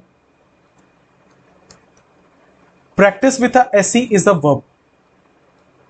ठीक है, ये जो नाउन वाला फॉर्म है इसका मतलब होता है किसी भी चीज का, प्रैक्टिस को हिंदी में क्या बोलते हैं भूल गया, ठीक है छोड़ो, भूल गया, मैं समझ गए होगा मैं क्या बोलना चाह रहा हूं। ठीक है, प्रोसेस करने के लिए ऐसी वाला लगेगा, ठीक है, और प्रैक्टिस हम उस काम को बोलेंगे, राइट। हम ध्यान आएगा देखने एक दो क्वेश्चन के बाद कि प्रैक्टिस को हिंदी में क्या बोलते हैं। एनीवेज, तो मेहनत बोलते हैं क्या, परिश्रम बोलते हैं, याद आ गया। देखो प्रैक्टिस मतलब क्या होता है, परिश्रम होता है ना, परिश्रम नहीं होता। चलो छोड़ो, तो क्या लिखा है, I know the town well so I was not able to advise. Anyways, coming back to the question, यहां लिखा था टू एडवाइस, टू एडवाइस, ये टू एक इंफिनिटिव का फॉर्म है, राइट। क्या लिखा हुआ है कि मैं एबल था क्या करने के, उसे एडवाइस करने के। इसका मतलब यहां पे हमें इंफिनिटिव चाहिए। अगर हमें इंफिनिटिव चाहिए तो टू के बाद तो V1 होता है, टू के बाद नाउन थोड़ा ना होता है, क्या होता है, V1 होता है। इसका मतलब क्या होना चाहिए था, ये वाला एडवाइस नहीं, ये वाला एडवाइस। तो एरर ये है, यहां पे ADVIC के जगह पे ADVISC होना चाहिए। ठीक है, I know the town well so I was able to advice him where to go. Able to आमतौर पर अपने बाद बेस फॉर्म लेता है, मतलब एबल अपने बाद इंफिनिटिव लेता है। He was able to crack the code, he was able to sit in the exam. ठीक है, तो एबल अपने बाद इंफिनिटिव लेता है, इसकी वजह से हमें यहाँ पे टू के बाद इंफिनिटिव चाहिए था, तो हमने यहाँ बेस फॉर्म में चेंज किया, ऐसी वाले लिखा। He runs more faster than I, बच्चों वाला सवाल है। मोर कॉम्परेटिव डिग्री को शो कर रहा है, फास्टर कॉम्परेटिव डिग्री को शो कर रहा है, एक साथ तो नहीं लिख सकते, या तो फास्टर बोले, ठीक है, या तो मोर फास्ट बोले, पर मोर फास्ट होता नहीं है क्योंकि ये सिंगल सिलेबल वाला एडजेक्टिव है। तो आंसर क्या होना चाहिए, फास्टर होना चाहिए। Answer option number 2। अगला, the fight for liberation, the fight यहां का सब्जेक्ट है, फॉर लिबरेशन, लिबरेशन मतलब होता है आजादी, फॉर प्रीपोजिशन उसके लिए ऑब्जेक्ट आया है liberation. Brings out, the fight subject है, उसके लिए ब्रिंग्स आ रहा है, ये भी सिंगुलर है, ये भी सिंगुलर है, कोई एरर नहीं है। The fight for liberation brings out the best and a novelist. ठीक है, वो बाहर निकाल के लेके आता है, क्या निकाल के लेके आता है, क्वालिटी निकाल के लेके आता है। कैसा क्वालिटी, द बेस्ट क्वालिटी और novelist quality in the Mankind, in preposition Mankind उसका ऑब्जेक्ट। एरर अभी तक आपको दिख गया होगा। बेस्ट एक सुपरलेटिव डिग्री है जो अपने आगे द लेगा, नोबलिस्ट भी एक सुपरलेटिव डिग्री है वो भी अपने आगे द लेगा। यहां अ क्यों लिखेंगे, सुपरलेटिव डिग्री अपने आगे द लेता है। इसको और अच्छे तरीके से लिखना है तो द को कॉमन निकाल लो, तो क्या हो जाएगा, the fight for liberation brings out the best and noblest quality in Mankind. पर किसी भी हिसाब से यहां पे अ नहीं होना चाहिए, एरर है, यहां से अ को हमें हटाना पड़ेगा। अगला, the baby was cleansing with her mother in fear. Cleansing मतलब होता है टंगना, तो बच्चा जो वो डर जाता है तो अपनी मां में इस तरीके से बिल्कुल टंग जाता है ना। तो क्या लिखा हुआ है कि the baby was cleansing with her mother. Clinging पढ़ते हैं, क्लिंजिंग पढ़ते हैं, क्लिंगिंग पढ़ते हैं शायद, तो क्लिंगिंग विथ नहीं होगा, नोट डाल के लिख लेना। कहीं पे भी अगर आप क्लिंगिंग यूज करते हो तो उसके साथ हमेशा टू लगता है, इसको नोट डाल के लिख लेना। ठीक है, तो क्या हो गया, the baby was clinging with her mother, with her नहीं होगा, टू हर मदर। अगला, not much people realize his sincerity. ज्यादातर लोग जो है ना वो उसकी सिंसियरिटी रियलाइज नहीं करते, तो लिखा है कि नॉट मच पीपल। क्या ये मैंने आपको पहले नहीं पढ़ाया है कि मच का इस्तेमाल अनकाउंटेबल नंबर्स के साथ किया जाता है, जबकि मैनी का इस्तेमाल काउंटेबल नंबर्स के लिए किया जाता है? क्या मैंने आपको पहले पढ़ाया है? अब देखो ये आ किसके लिए रहा है, सेंटेंस में लिखा हुआ है कि नॉट मच पीपल, तो पीपल तो ऑब्वियसली एक काउंटेबल नंबर है ना, हम लोगों की बात कर रहे हैं तब तो ये काउंटेबल नंबर है ना। अगर ये काउंटेबल नंबर है तो फिर मच का क्यों यूज करेंगे, कैसे यूज करेंगे, क्या होना चाहिए, मैनी होना चाहिए कि नहीं होना चाहिए? तो क्या हो जाएगा, not many people realized. Clear? अगला, the government must provide facilities for the upbringing of women. The government यहां का सब्जेक्ट है, must provide modal plus base form है। क्या प्रोवाइड करने की बात हो रही है, फैसिलिटीज प्रोवाइड करने की बात हो रही है। ये सब्जेक्ट है, मॉडल है, बेस फॉर्म है, ऑब्जेक्ट है। For the upbringing, for the upbringing of women. जरा इस बात को बहुत बारीकी से समझने की कोशिश कीजिएगा। ऑफ प्रीपोजिशन है, वुमेन उसका ऑब्जेक्ट है, फॉर प्रीपोजिशन है, अपब्रिंगिंग उसका ऑब्जेक्ट है। ठीक है, ये ग्रामेटिकल बात कर रहा हूं मैं। अपब्रिंगिंग का मतलब क्या होता है? अपब्रिंगिंग का मतलब होता है किसी भी बच्चे को पाल पोस कर बड़ा करना, उसे अपब्रिंगिंग कहते हैं। ठीक है, यहां क्या लिखा हुआ था कि गवर्नमेंट को फैसिलिटीज प्रोवाइड करनी चाहिए ताकि महिलाओं को बड़ा किया जा सके। महिलाओं को बड़ा किया जा सके, अगर यहां पे बच्चों की बात हो रही थी तो फिर वुमेन क्यों लिखा है? फिर तो वहां चिल्ड्रन होना चाहिए था। इसका मतलब यहां जो वो कहना चाह रहा था वो शायद ये कहना चाह रहा था कि गवर्नमेंट को फैसिलिटीज प्रोवाइड करनी चाहिए ताकि महिलाओं का उत्थान हो सके या महिलाओं को एम्पावर किया जा सके, है ना, सशक्तिकरण किया जा सके उनका। विच मीन्स यहां पे जो अपब्रिंगिंग वर्ड यूज किया गया है ये गलत है भाई साहब। अपब्रिंगिंग बच्चों की जाती है, महिलाओं का या तो अपलिफ्टमेंट होगा, ठीक है, या तो फिर महिलाओं का एम्पावरमेंट होगा। ठीक है, तो आंसर क्या होना चाहिए? The government must provide facilities for the upliftment of women, number A, या the government must provide facilities for the empowerment of women, number B. ये दोनों में से कोई एक आंसर हो सकता है आपका। ठीक है, तो एरर है अपब्रिंगिंग में, सही सोल्यूशन है अपलिफ्टमेंट या एम्पावरमेंट। अगला, I did not see Meenu since Monday. देखो, अगर आप यहां पे सिंस लिख रहे हो, सिंस मंडे, तो इसका मतलब समझना, इसका मतलब यह है कि ये मंडे है, ठीक है, और मान लेते हैं ये बात हम कह रहे हैं थर्सडे को। कब कह रहे हैं हम ये बात? हमें बात कह रहे हैं थर्सडे को। तो कहना यह चाह रहा था ये सेंटेंस कि मीनू को मैंने मंडे से लेकर अब तक नहीं देखा है, मंडे से लेकर थर्सडे तक नहीं देखा है। इसका मतलब काम शुरू हुआ पास्ट में है और वो कंटिन्यू होता होता अब तक आ गया। तो अगर कोई काम पास्ट में स्टार्ट होकर अब तक कंटिन्यू होता हुआ आ गया तो क्या यहां पे past perfect participle, sorry past perfect continuous participle क्यों बोल रहा था मैं, या प्रेजेंट परफेक्ट कॉन्टिन्यूअस टेंस लगना चाहिए कि नहीं लगना चाहिए? ये होना चाहिए कि नहीं होना चाहिए? तो भाई साहब अगर ये होना चाहिए तो यहां डिड नॉट सी क्या कर रहा है? डिड नॉट सी हम कहां लगाते हैं? पास्ट की बातों के लिए, जबकि यहां साफ साफ लिखा हुआ था कि मंडे से कॉन्टिन्यूटी की बात हो रही थी। तो अगर कॉन्टिन्यूटी की बात हो रही थी तो ये गलत है ना। क्या होना चाहिए? आई हैव नॉट सीन। अब आप बोलेंगे सर यहां पे हैव नॉट सीन क्यों नहीं होना चाहिए? क्योंकि मैं देखता नहीं देखता आ रहा हूं, इस बात का भी कोई सेंस नहीं है। इसका मतलब आईएनजी वाली कंटिन्यूटी की बात नहीं है। सी एक ऐसा वर्ड है जिसके आगे आईएनजी नहीं लग सकता, तो कंटिन्यूटी की बात नहीं हो रही, मैंने उसे नहीं देखा है, ये वाली बात हो रही है। तो क्या लगा देंगे? I have not seen Meenu since Monday. ठीक है, अगला, I will try to tell to you what you must do. I will try to tell to you, ये आपने नरेशन में पढ़ा होगा कि से टू को बदल के टेल कर दिया जाता है। कहने का मतलब यह है कि टेल के बाद कभी टू नहीं आता। ग्रामेटिकल रीजन यह है कि टेल एक ट्रांजिटिव वर्ब है, ये अपने इमीडिएट बाद प्रीपोजिशन नहीं लेता। तो होना क्या चाहिए? I will try to tell you, which means ये वाला वर्ब होगा, चूंकि ट्रांजिटिव है, इसके तुरंत बाद ये वाला ऑब्जेक्ट होगा। टेल हुम, टेल यू। इसका मतलब यह है कि आंसर कौन सा है? ऑप्शन नंबर 2, यहां से 2 हट जाएगा। 925, every member of the committee have been present at all the meetings. लिखा हुआ every member of the committee, of preposition है, कमिटी उसका ऑब्जेक्ट है, हटा दो इसको, कोई एरर नहीं है इसमें। एवरी मेंबर, एवरी के साथ सिंगुलर नाउन आता है, कोई दिक्कत नहीं है। Every member of the committee have been present, have कैसे आएगा? क्या होना चाहिए? Has been present. सबसे सिंपल सवाल सिंटेक्स का। मैं जरा पानी पी लूं यार, ट्राई करो उसको।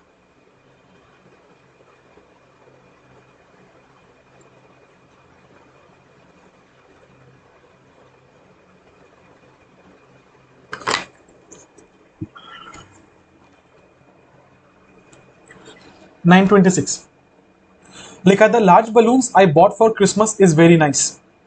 लिखा है कि बहुत बहुत अच्छा सवाल है, बहुत बारीक सवाल है, बहुत आराम से समझना, एरर तो ढूंढ लोगे, सेंटेंस को अलग करना सीखना है यहां से। लिखा है कि द लार्ज बलून्स, बलून्स यहां का सब्जेक्ट है, लार्ज उसके लिए एडजेक्टिव आ रहा था, द एक आर्टिकल था, तो क्या लिखा हुआ है? The large balloons.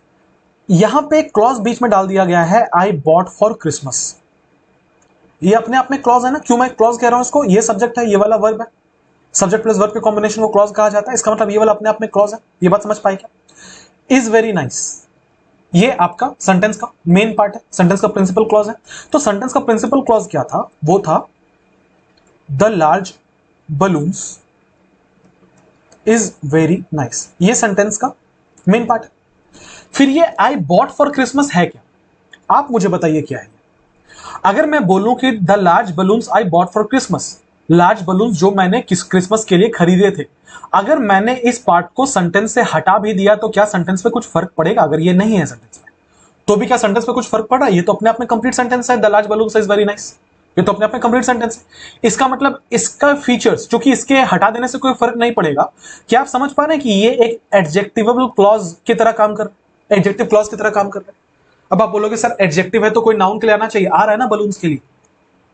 मैं कह रहा हूं कि जो बड़े बलून्स है वो बहुत अच्छे हैं। आपने पूछा कौन से बलून्स, मैंने बोला वो जो क्रिसमस पे खरीदे थे। इसका मतलब ये बलून्स की क्वालिटी बताने के लिए आ रहा है कि नहीं आ रहा है, बलून्स को क्वालिफाई करने के लिए आ रहा है कि नहीं आ रहा है। तो क्या लिखा हुआ है, the large balloons I bought for Christmas. तो ये जो आई बॉट फॉर क्रिसमस लिखा हुआ है ये वाला एक पार्टिसिपल फ्रेज है कि नहीं? हालांकि पार्टिसिपल फ्रेज में इसका कोई स्ट्रक्चर नहीं फॉलो हो रहा है, इसलिए पार्टिसिपल बोलना ठीक नहीं होगा, इसको आप एडजेक्टिव क्लॉज बोल सकते हैं। ये एडजेक्टिव क्लॉज किसके लिए आ रहा है? बलून्स के लिए आ रहा है। क्या ये बात समझ पाए? एडजेक्टिव क्लॉज कैसा होता है, क्या दिखता है, कैसे क्या काम करता है, आपको यहां समझ में आया है? बहुत अच्छा सवाल है एडजेक्टिव क्लॉज के लिए। तो क्या लिखा हुआ है, the large balloons I bought for Christmas. Large balloons जो मैंने क्रिसमस के लिए खरीदे थे इज वेरी नाइस, वो बहुत अच्छे हैं। अब देखो ये सेंटेंस में हो या ना हो, इसमें तो कोई होना ना होना एक बराबर, तो इसमें तो ऐसे भी कोई एरर नहीं। अब देख लेते हैं इसमें एरर क्या है। लिखा है द लार्ज बलून्स, बलून्स यहाँ का सब्जेक्ट था जो कि प्लूरल था, लिखा हुआ है आज बोल रहा हूं इज। जब ये प्लूरल है तो इसके लिए जो वर्ब आएगा वो भी क्या होगा, प्लूरल होना चाहिए कि नहीं? तो इसके जगह पे क्या कर देंगे, आर कर देंगे। The large balloons are very nice. अगला लिखा है the manager is having his problems but we have ours as well. Manager की अपनी परेशानियां होंगी लेकिन हमारी भी अपनी है। लिखा है कि the manager is having, the manager यहाँ का सब्जेक्ट है, इज हैविंग यहाँ का वर्ब है, helping verb plus main verb. His problem subject है, बट कंजंक्शन है, वी सब्जेक्ट है, हैव आपके लिए वर्ब है। आवर्स, ठीक है, आवर्स क्या है यहाँ पर आपका ऑब्जेक्ट है, ठीक है, हैव का। और लिखा हुआ है एज वेल, हमारे पास भी अपनी परेशानियां है। एरर मिला, सेंटेंस में एरर है और सेंटेंस में क्लू भी है कहां एरर है। क्या लिखा हुआ है, the manager is having his problems but we have. अगर हैविंग सही था तो फिर यहां पे भी तो हैविंग होना चाहिए था, क्यों नहीं है? इसलिए नहीं है भाई साहब क्योंकि हैव का हैविंग गलत है। याद आ रहा होगा हमने स्टेट वाले कुछ वर्ड्स पढ़े थे, है ना? हैव का हैविंग नहीं होगा, फील का फीलिंग नहीं होगा, लव का लविंग नहीं होगा, हेट का हेटिंग नहीं होगा, एडमायर का एडमायरिंग नहीं होगा, क्योंकि ये अवस्था बताता है। आई हैव अ कार का I am having a car नहीं बोल सकते। तो जब आई हैव अ कार का हैविंग अ कार नहीं बोल सकते तो आई हैव अ प्रॉब्लम का आई हैविंग अ प्रॉब्लम बोल सकते हैं क्या? नहीं बोल सकते ना। तो यहां लिखा था द मैनेजर इज हैविंग, बताओ एरर है या नहीं? क्या होना चाहिए, the manager has. The manager has his problems, manager की अपनी परेशानियां हैं, but we have ours as well. अगला, the two first chapters of the book are very interesting, the remaining ones are boring. यहीं पे एरर है तो ज्यादा पढ़ने की जरूरत नहीं है। लिखा है टू फर्स्ट चैप्टर्स, हमने पढ़ा है OCM rule. O stands for ordinal, C stands for cardinal, M stands for multiplicative। क्या रूल है, अगर किसी नाउन के पहले न्यूमरल एडजेक्टिव्स आए, जैसे यहां पे नाउन चैप्टर्स था उसके पहले न्यूमरल एडजेक्टिव्स आए, तो सबसे पहले ऑर्डिनल लिखा आता है। ऑर्डिनल होता क्या है? ऑर्डिनल होता है साहब फर्स्ट, सेकेंड, थर्ड जैसी चीज है। उसके बाद कार्डिनल लिखा आता है ना? कार्डिनल क्या होता है, 1 2 3 4 ऐसी चीज है। उसके बाद लिखा आता है मल्टीप्लिकेटिव। मल्टीप्लिकेटिव होता क्या है, सिंगल, डबल, ट्रिपल ऐसी चीज है ना? आ जाओ यहां पे, क्या लिखा हुआ था, the two first chapters of the book. तो यहां लिखा है the two first chapters. Two क्या है, कार्डिनल है, फर्स्ट क्या है, ऑर्डिनल है, पहले ओ आता है फिर सी आता है, तो होना क्या चाहिए, फर्स्ट टू चैप्टर्स। एक और रूल याद रखना, जहां पे भी आप फर्स्ट सेकंड थर्ड फोर्थ मतलब कार्डिनल एडजेक्टिव यूज करते हो उसके आगे द लगता है, ठीक है? इस रूल को भी याद रखना। अगला, yesterday I met a man, कल मैं एक व्यक्ति से मिला। यस्टरडे टाइम बता रहा है, I met a man, I subject, met V2 है, पास्ट है, बिल्कुल ठीक है क्योंकि यस्टरडे लिखा हुआ था। Yesterday I met a man, कल मैं एक व्यक्ति से मिला। हु किसके लिए आ रहा है, मैन के लिए, इंसानों के लिए हुआ था, बिल्कुल ठीक है। Who was blind, was linking verb है, ब्लाइंड सब्जेक्ट कॉम्प्लीमेंट है। मैं कल एक व्यक्ति से मिला जो क्या था, जो अंधा था। With preposition the right eye उसका object, with the right eye. Error क्या है, जब कोई व्यक्ति किसी एक आंख से नहीं देख सकता उसे ब्लाइंड इन वन आई कहते हैं। इसे नोट करके लिख लो, इंपॉर्टेंट बात है, ब्लाइंड इन आई वन आई कहते हैं। तो यहां जहां आपने लिखा है कि ब्लाइंड विथ द राइट आई, वहां पे एक्चुअली होना चाहिए blind in the right I. This is the correct form. Answer option number 3, blind with नहीं होगा, उसके जगह पे ब्लाइंड इन होगा। 930, everyone of us has to be very vigilant to safeguard our hardly won liberty। लिखा हुआ है everyone of us, everyone यहां का सब्जेक्ट है, everyone सिंगुलर है, उसके साथ has लगेगा। लिखा हुआ है कि everyone of us, हम सबको, has to be very vigilant, हम सबको बहुत ज्यादा विजिलेंट होना पड़ा, बहुत ज्यादा निरीक्षक बोल सकते हैं होना पड़ा। टू सेफगार्ड मतलब टू प्रोटेक्ट, बचाना। टू के बाद बेस फॉर्म आता है, बिल्कुल ठीक है। आवर हार्डली वॉन लिबर्टी, क्या मैंने आपको हार्ड और हार्डली के बीच का डिफरेंस नहीं पढ़ाया है? हार्ड मतलब होता है कठिन, मेहनत के साथ, ठीक है। हार्डली मतलब होता है बहुत मुश्किल से, रेयरली के सेंस में यूज किया जाता है इसको, ठीक है। ये नेगेटिव है, राइट। क्या मैंने नहीं पढ़ाया आपको? क्या लिखा हुआ है कि every one of us has to be very vigilant to safeguard our hardly won liberty. Liberty मतलब आजादी। बहुत मुश्किल से हमने जो आजादी पाई है, बहुत मेहनत करके हमने जो आजादी पाई है, उसको सेफगार्ड करने के लिए। तो मेहनत का सेंस है, तो हार्ड वॉन लिबर्टी होगा, हार्डली वॉन लिबर्टी नहीं हो सकता। आंसर कौन सा? Option number 3। While I was driving home, जब मैं घर जा रहा था। वाइल कंजंक्शन है, आई वॉज ड्राइविंग होम यहाँ का पहला क्लॉज है। आई सब्जेक्ट है, वॉज हेल्पिंग वर्ब है, ड्राइविंग मेन वर्ब है, होम एडवर्ब का काम कर रहा है। While I was driving home, जब मैं घर जा रहा था। I heard some, I subject है, हर्ड वर्ब है, I heard some shocking news, ठीक है। न्यूज याद रखना अनकाउंटेबल है, सम तो बिल्कुल आ सकता है उसके साथ। तो मैंने कुछ शॉकिंग न्यूज सुना, शॉकिंग यहाँ के लिए प्रेजेंट पार्टिसिपल है, कि मैंने कुछ बहुत ही आश्चर्यचकित कर देने वाला न्यूज सुना। एट द रेडियो, रेडियो पर, रेडियो पर। तो एट द रेडियो नहीं होता, ऑन द रेडियो होता है। ये आपने पहले पढ़ा होगा, on the television, on the radio, ठीक है, नोट कर लेना, ऑन द रेडियो होता है। बहुत ही आसान सवाल है, बचपन में पढ़ा था। The old man is too weak to walk, जो ओल्ड मैन है वो बहुत कमजोर है, इतना कमजोर है कि वो चल नहीं सकता। ये मैंने आपको पहले भी पढ़ाया था कि टू होगा, उसके बाद कोई एडजेक्टिव होगा, और उसके बाद टू प्लस V1 होगा। ऐसा ही फॉर्म चलता है, ठीक है, ऐसा ही फॉर्म चलता है टू का, कि टू होता है, उसके बाद कोई एडजेक्टिव होता है, उसके बाद टू प्लस V1 होता है। तो यहां पे देखो क्या लिखा हुआ था कि he is too weak to walk. Too मतलब होता है जरूरत से ज्यादा, वो इतना कमजोर है जितना उसे नहीं होना चाहिए, और वो इतना कमजोर है कि वो चल भी नहीं पा रहा। तो टू वीक टू वॉक होता है, बिल्कुल ठीक फॉलो कर रहा है। आंसर क्या हो जाएगा? आंसर हो जाएगा नो एरर, कहीं कोई एरर नहीं है। अगला, he assured me that he will return in an hour. लिखा ही अस्योर्ड मी, अस्योर्ड क्या है? वर्ब है यहाँ का, V2 है, past. He assured me that he will return, इसको भी पास्ट में रखना पड़ेगा, तो विल के जगह पे क्या हो जाएगा? वुड हो जाएगा, ठीक है। आसान सवाल, बच्चों वाला सवाल। अगला, the car that he is using these days is belonging to his employer. अभी हमने थोड़ी देर पहले ये हैव वाले क्वेश्चन में पढ़ा था कि हैव का हैविंग नहीं होता। सिमिलरली हम जब यहां पे बिलोंग लिख रहे हैं, क्या लिख दिया? सिमिलरली हम जब यहां पे बिलोंग लिख रहे हैं, तो वो रूल आपको याद होगा कि बिलोंग का बिलोंगिंग भी नहीं होता। जरा सवाल देखिएगा, सॉरी जरा ये स्लाइड देखिएगा। कुछ ऐसे वर्ब्स होते हैं जिनके आगे आईएनजी नहीं लगाए जाते जब वो पोजीशन को शो कर रहे हो, जैसे कि have, own, belong, possess, consist. कुछ ऐसे वर्ब्स जो इमोशन को दिखाते हैं, love, like, hate, prefer, want, need, desire, wish, dislike.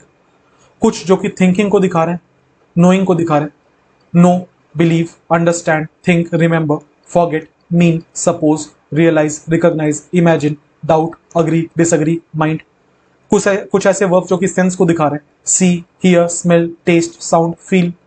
ये सारे के सारे ऐसे वर्ड्स हैं जिनके आगे आईएनजी नहीं लगाए जाते जब ये स्टेट बता रहे हो, जब ये अवस्था बता रहे हो। लिखा है the car that is using these days is belonging to his. Is belonging नहीं होगा भाई साहब, एरर है। वो कार जो वो आजकल इस्तेमाल कर रहा है, सब्जेक्ट क्या है? कार, इसका मतलब सिंगुलर होना चाहिए, तो आंसर क्या बनेगा? Belongs to his employer.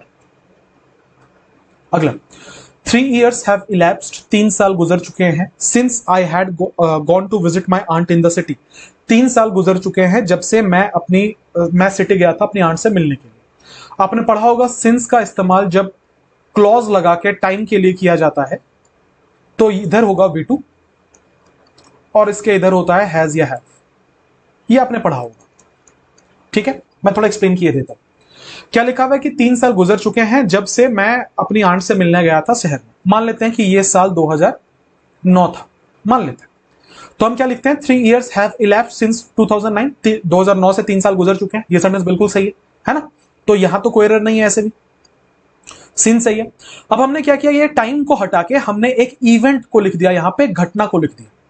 तो ग्रामर कहता है कि चूंकि ये घटना पास्ट की है, आप जब भी इसको लिखेंगे ये हमेशा V2 में होना चाहिए। रटने का रूल नहीं है, समझने का, समझा दिया मैंने आपको कि सिंस लगा के हम आमतौर पर कोई पॉइंट ऑफ टाइम लिखते हैं।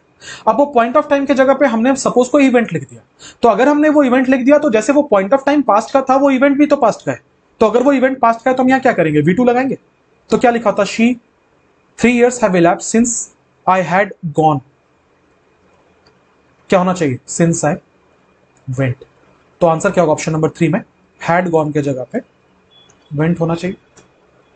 अगला, I reached 2 hours before he had came। फिर से मस्त माल फूक के कोई भी एसएससी ने क्वेश्चन सेट किया। क्यों, जो एरर आपको एकदम सामने से दिख रहा होगा वो एरर ये होगा कि I reached 2 hours before he had came नहीं होगा। आप जब किसी सेंटेंस में हैज यूज करते हो, हैव यूज करते हो, हैड यूज करते हो, तो उसके बाद वर्ब का तीसरा फॉर्म आता है, विच मीन्स यहां केम नहीं, कम होना चाहिए। अब चलो, मैंने इसको सुधार दिया और मैंने सुधार कर इसको लिखा कि I reached 2 hours before he had come. मैंने इसको लिख दिया, लेकिन अभी भी तो सेंटेंस गलत है। क्यों गलत है, देखो, याद आ रहा होगा कि आपको कि हम जब भी कभी पास्ट के 2 इवेंट्स के बारे में बात करते हैं, तो ऐसे केस में जो पहला वाला इवेंट होता है वो लेगा हेड प्लस V3, और जो दूसरा वाला इवेंट होता है वो लेगा V2। याद आ रहा है कि दो घटनाएं हुई, एक घटना जो पहले होकर खत्म हो गई उसमें हेड प्लस V3 होता है, दूसरी घटना जो होती है उसमें V2 होता है। क्या लिखा है कि I reach 2 hours before he had come, उसके आने के 2 घंटे पहले मैं पहुंच चुका था। मान लेते हैं कि वो आया सुबह 10 बजे, ठीक है, तो ये आने की घटना है सुबह 10 बजे की। मैं उसके आने के 2 घंटे पहले आ गया था, इसका मतलब ये 8 बजे आ गया था। सेंस तो यही बन रहा है। इसमें से दोनों घटनाओं में से पहली घटना कौन सी हुई, ये वाली, तो यहां क्या होना चाहिए था, हेड प्लस V3। दूसरी घटना कौन सी हुई, ये वाली, तो क्या होना चाहिए था यहां पे V2। अब आ जाओ तो जरा सेंटेंस को देखो, क्या लिखा हुआ है कि आई रीच 2 hours, एक्चुअली क्या होना चाहिए था, I had reach 2 hours before he had केम। क्या होना चाहिए था, बिफोर ही केम। किसी भी हिसाब से अगर हम देखें तो एक एरर तो यहां पर है, जो सामने सामने आपको दिख रहा है कि यहां पे कम होना चाहिए, लेकिन एक एरर यहां पे भी तो होगा, यहां पे भी तो हैड रीच्ड होना चाहिए था। तो बताओ गलत होगा कि नहीं होगा, बिल्कुल गलत होगा। ठीक है, आंसर कौन सा होना चाहिए था, आंसर होना चाहिए था 3 and 4 बोथ। ठीक है, तो फिर से सवाल गलत था, हालांकि सोल्यूशन आसान था, मैंने आपको बता दिया है। 937 लिखा हुआ he needs not have shouted at me that way. ये मैं आपको पहले पढ़ा चुका हूं, याद आ रहा होगा आपको, मैंने पहले पढ़ाया था कि नीड नॉट और डेयर नॉट मॉडल्स होते हैं। हालांकि इनका इस्तेमाल किया जाता है कभी कभी मेन वर्ब के जैसा भी। जब मेन वर्ब के जैसा इस्तेमाल किया जाता है तो आमतौर पर इसके बाद नॉट नहीं आता, बल्कि नीड और डेयर लगा के डायरेक्टली इसके बाद इंफिनिटिव लिख दिया जाता है। याद आ रहा होगा आपको, पता कैसे चलेगा, अगर ये एक मॉडल होगा तो इसके बाद आगे कोई ना कोई बेस फॉर्म में वर्ब लिखा होगा। जब बेस फॉर्म में वर्ब लिखा होगा तो समझ जाना कि ये हेल्पिंग वर्ब जैसा इस्तेमाल हो रहा है। फॉर एग्जांपल यही वाला एग्जांपल वहां भी दिया था, यू नीड नॉट वरी, ये वाला बेस फॉर्म में है। ही डेयर नॉट स्पीक, ये वाला बेस फॉर्म में है। अब यहां ही लिखा हुआ है सिंगुलर, इसको देख के हम यहां पे डेयर्स नहीं कर सकते क्योंकि एक मॉडल है। चूंकि एक मॉडल है, मॉडल का फॉर्म नहीं चेंज हो सकता। हम कभी भी ही देख के कैन को कैन से नहीं बना सकते कि ही कैन किल मी, ऐसे नहीं होता। ये मॉडल कैन है तो कैन ही रहता है, तो अगर ये मॉडल है तो डेयर का डेयर ही रहेगा, डेयर्स नहीं हो सकता। जरा सवाल देखना, मैंने पहले बहुत एक्सटेंसिवली कवर किया, इसलिए मैं यहां थोड़ा सा स्पीड से निकाल रहा हूं। लिखा ही नीड्स नॉट हैव, आगे जो भी चीज है छोड़ो उसको। ये बात समझ में आई कि ये सब्जेक्ट है, ये वाला मॉडल है और ये वाला बेस फॉर्म है। मैं क्यों इसको मॉडल बोल रहा हूं, हेल्पिंग वर्ब मेन वर्ब क्यों नहीं बोल रहा, क्योंकि देखो इसके बाद एक बेस फॉर्म आया है ना, और इसके साथ नॉट लगा हुआ है, दोनों फीचर्स इसके मॉडल वाले। तो अगर इसके दोनों फीचर्स मॉडल वाले तो फिर नीड्स कैसे होगा, नीड नॉट होना चाहिए ना। तो आंसर क्या होगा, यहां पे नीड होगा। तो क्या हो जाएगा, ही नीड नॉट हैव शाउटेड। ठीक है, अब एक सवाल बनता है कि सर यहां शाउटेड क्यों हुआ, कॉजेटिव वर्ब है, आज ही की वीडियो में पढ़ाया है, गेट और हैव के बाद V3 आता है, तो देखो V3 लिखा हुआ। अगला, before we return from swimming in the river near the camp. Before यहां का कंजंक्शन है, एक एक करके अलग कर रहा हूं, बहुत आराम से समझना। बिफोर यहां का कंजंक्शन है, लिखा है before we return, we subject, return verb. कहां से रिटर्न आए, फ्रॉम स्विमिंग, फ्रॉम प्रीपोजिशन उसके लिए object Geraint swimming, in the river, in preposition the river उसको ऑब्जेक्ट। कहां से? Near the camp, near preposition, camp उसका ऑब्जेक्ट। तो जहां से ये स्टार्ट हुआ हमने वहां से चेक किया, यहां कोई एरर नहीं मिला हमें। बिफोर कंजंक्शन है, we return subject plus verb from swimming in the river near the camp, अलग अलग कर लिया हमने, कहीं कोई एरर नहीं। आगे बढ़ेंगे। Someone had stole our clothes, clothes, someone subject है, हैड हेल्पिंग वर्ब है, स्टोल मेन वर्ब है, क्या चुराया? आवर क्लोथ्स, ये ऑब्जेक्ट होगा। And conjunction, we had to walk back, we subject, had main verb, to walk infinitive, we had to walk back with our towels, with preposition, our towels उसका object, around us, around preposition, us उसका object. यहां पे भी कोई error नहीं। Error कहां था? यहां पे क्या लिखा होता? समवन हैड स्टोल, स्टोल होता है भाई साहब V2। हमने पढ़ा है अगर किसी सेंटेंस में हम हैज, हैव या हैड लिखते हैं तो उसके साथ वर्ब का तीसरा फॉर्म होता है। तो अगर तीसरा फॉर्म होता है फिर स्टोल लिखेंगे कि स्टोलन लिखेंगे? ऑब्वियसली क्या लिखेंगे? स्टोलन लिखेंगे। आंसर होगा क्या होना चाहिए इसकी जगह पे? स्टोलन। अगला, he went to the doctor, वो डॉक्टर के पास गया, because he had not been feeling well, क्योंकि उसे वो अच्छा नहीं महसूस करता आ रहा था, सिंस सेवरल वीक्स। फिर से बच्चों वाला सवाल, सिंस सेवरल वीक्स। तो भैया ये जो सेवरल वीक्स लिखा हुआ है ये तो ड्यूरेशन बता रहा है। क्या बता रहा है? ड्यूरेशन बता रहा है। अगर ये ड्यूरेशन बता रहा है तो इसके लिए हम जो प्रीपोजिशन यूज करेंगे वो सिंस होना चाहिए कि फॉर होना चाहिए? ऑब्वियसली फॉर होना चाहिए। फॉर का मतलब क्या है? हम पीरियड ऑफ टाइम के लिए फॉर का इस्तेमाल करते हैं, यहां तो पीरियड ही दिया हुआ था, तो सिंस नहीं होगा, इसके जगह पे क्या होगा? फॉर होगा। अगर यहां मंडे लिख देता तो हम सिंस करते। अगला, had you participated in the drawing competition you would have won the first prize. Third conditional, क्या स्ट्रक्चर होता है? इफ होगा, सब्जेक्ट होगा, हैड होगा, V3 होगा, मेन क्लॉज में सब्जेक्ट होगा, वुड हैव होगा, V3 होगा, ऑब्जेक्ट होगा, है ना? पलट देते हैं इसको, हैड को उठा के आगे कर देते हैं। याद आ रहा होगा जब इफ हटाते हैं हम लोग तो कैसे लिखाता है? If plus subject plus, sorry, had plus subject plus V3, आगे बातें सेम होंगी, ऐसे ही तो लिखाता है। आ जाओ, क्या लिखा हुआ है कि had you participated in the drawing competition. Had लिखा हुआ है, बिल्कुल ठीक है, सब्जेक्ट है, पार्टिसिपेटेड वर्ब का तीसरा फॉर्म है, बिल्कुल ठीक है, in the drawing competition. You would have von, तुम जीत जाते, बिल्कुल सही है। तो हैड लिखा हुआ था, V3 लिखा हुआ था, वुड हैव के बाद V3 लिखा हुआ था, कहीं कोई एरर नहीं है। आंसर क्या होगा? No error. अगला, long life is good if one be happy and has friends. लंबी जिंदगी अच्छी है, long life is good if, अगर वन बी हैप्पी, यहां पे हमें किसी लिंकिंग वर्ब की जरूरत थी और लिंकिंग वर्ब के फॉर्म में यहां क्या लिखा हुआ है? बी लिखा हुआ है। बी हम कहां लगाते हैं? जहां पे हम प्रेजेंट सब्जेक्टिव यूज करते हैं। क्या यहां पे प्रेजेंट सब्जेक्टिव की जरूरत थी? नहीं ना। इसका मतलब ये वाला गलत होना चाहिए कि नहीं होना चाहिए? आंसर क्या होगा? One is happy, long life is good, अच्छी जिंदगी, लंबी जिंदगी अच्छी है। अगर एक व्यक्ति खुश है, one is happy and has friends, तो आंसर क्या हो जाएगा? Option number 2, one is happy. अगला, the thief did not know that there was a dog laying under the table. चोर को पता नहीं था कि वहां पे कुत्ता था जो के टेबल के नीचे बिछा था। बिछा था मैं क्यों बोल रहा हूं? क्योंकि यहां पे ले टर्म का इस्तेमाल किया गया है। क्या आपको ले और लाई के बीच का अंतर समझ में आ रहा है? क्या आपको याद आ रहा है कि ले एक ट्रांजिटिव वर्ब है और लाई एक इंट्रांजिटिव वर्ब है? पढ़ाया मैंने आपको, जिसका मतलब यह है कि लाई के इमीडिएट बाद आपको कोई प्रीपोजिशन मिलेगा, जबकि ले के इमीडिएट बाद आपको कोई प्रीपोजिशन नहीं मिलना चाहिए। अब देख लो यहां पे क्या लिखा हुआ था कि there was a dog laying under the table. तो ये जो लेइंग लिखा हुआ है ये यहां का वर्ब है। अगर ये ट्रांजिटिव है तो इसके तुरंत बाद प्रीपोजिशन नहीं आना चाहिए, जबकि यहां प्रीपोजिशन अंडर आया हुआ है और हमारे पास कोई ऑब्जेक्ट भी नहीं है अपने मन से लगाने का। इसका तो यही मतलब बनता है फिर भाई साहब कि यहां पे लेइंग नहीं होना चाहिए था, क्या होना चाहिए था? लाइंग होना चाहिए था। तो आंसर क्या हो जाएगा? Option number 2, lying under the table. क्या ये बात समझ पाए हैं आप? अगला, the scissors which are on the table. अब मैं ये अज्यूम करके चल रहा हूं कि आपको मैं समझा पाया हूं कि पास्ट पार्टिसिपल, रिलेटिव क्लॉज, ये सब क्या होता है। क्या लिखा हुआ है? The seizures. सीजर्स यहां का सब्जेक्ट है, याद आ रहा होगा आपको कि सीजर्स प्लूरल होता है। तो लिखा है कि the scissors which are on the table. क्या आप ये समझ पा रहे हैं कि ये रिलेटिव क्लॉज है?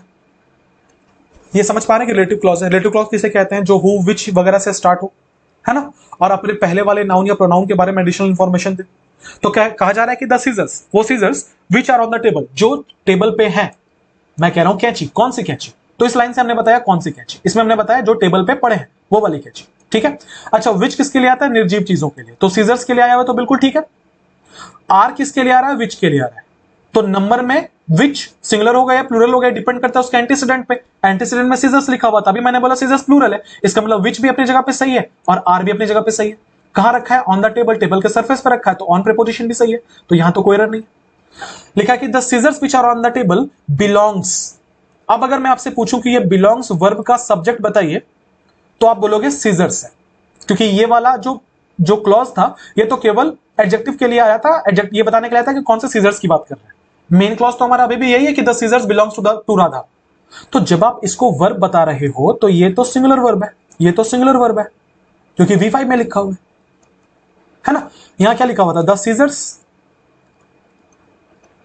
जो कि प्लूरल था, तो इसके साथ जो वर्ब यूज करेंगे वो भी क्या होगा, प्लूरल होगा या नहीं होगा। अगर ये प्लूरल होगा, ये भी प्लूरल है, ये भी प्लूरल है, तो सीजर्स के साथ क्या लगेगा भैया, आर लगेगा, है ना। या फिर अगर बिलोंग्स है तो बिलोंग लगेगा, किसी भी हिसाब से इसका प्लूरल होना जरूरी है। यहां लिखा होता बिलोंग्स, एरर होगा, आंसर क्या होना चाहिए, बिलोंग। क्लियर।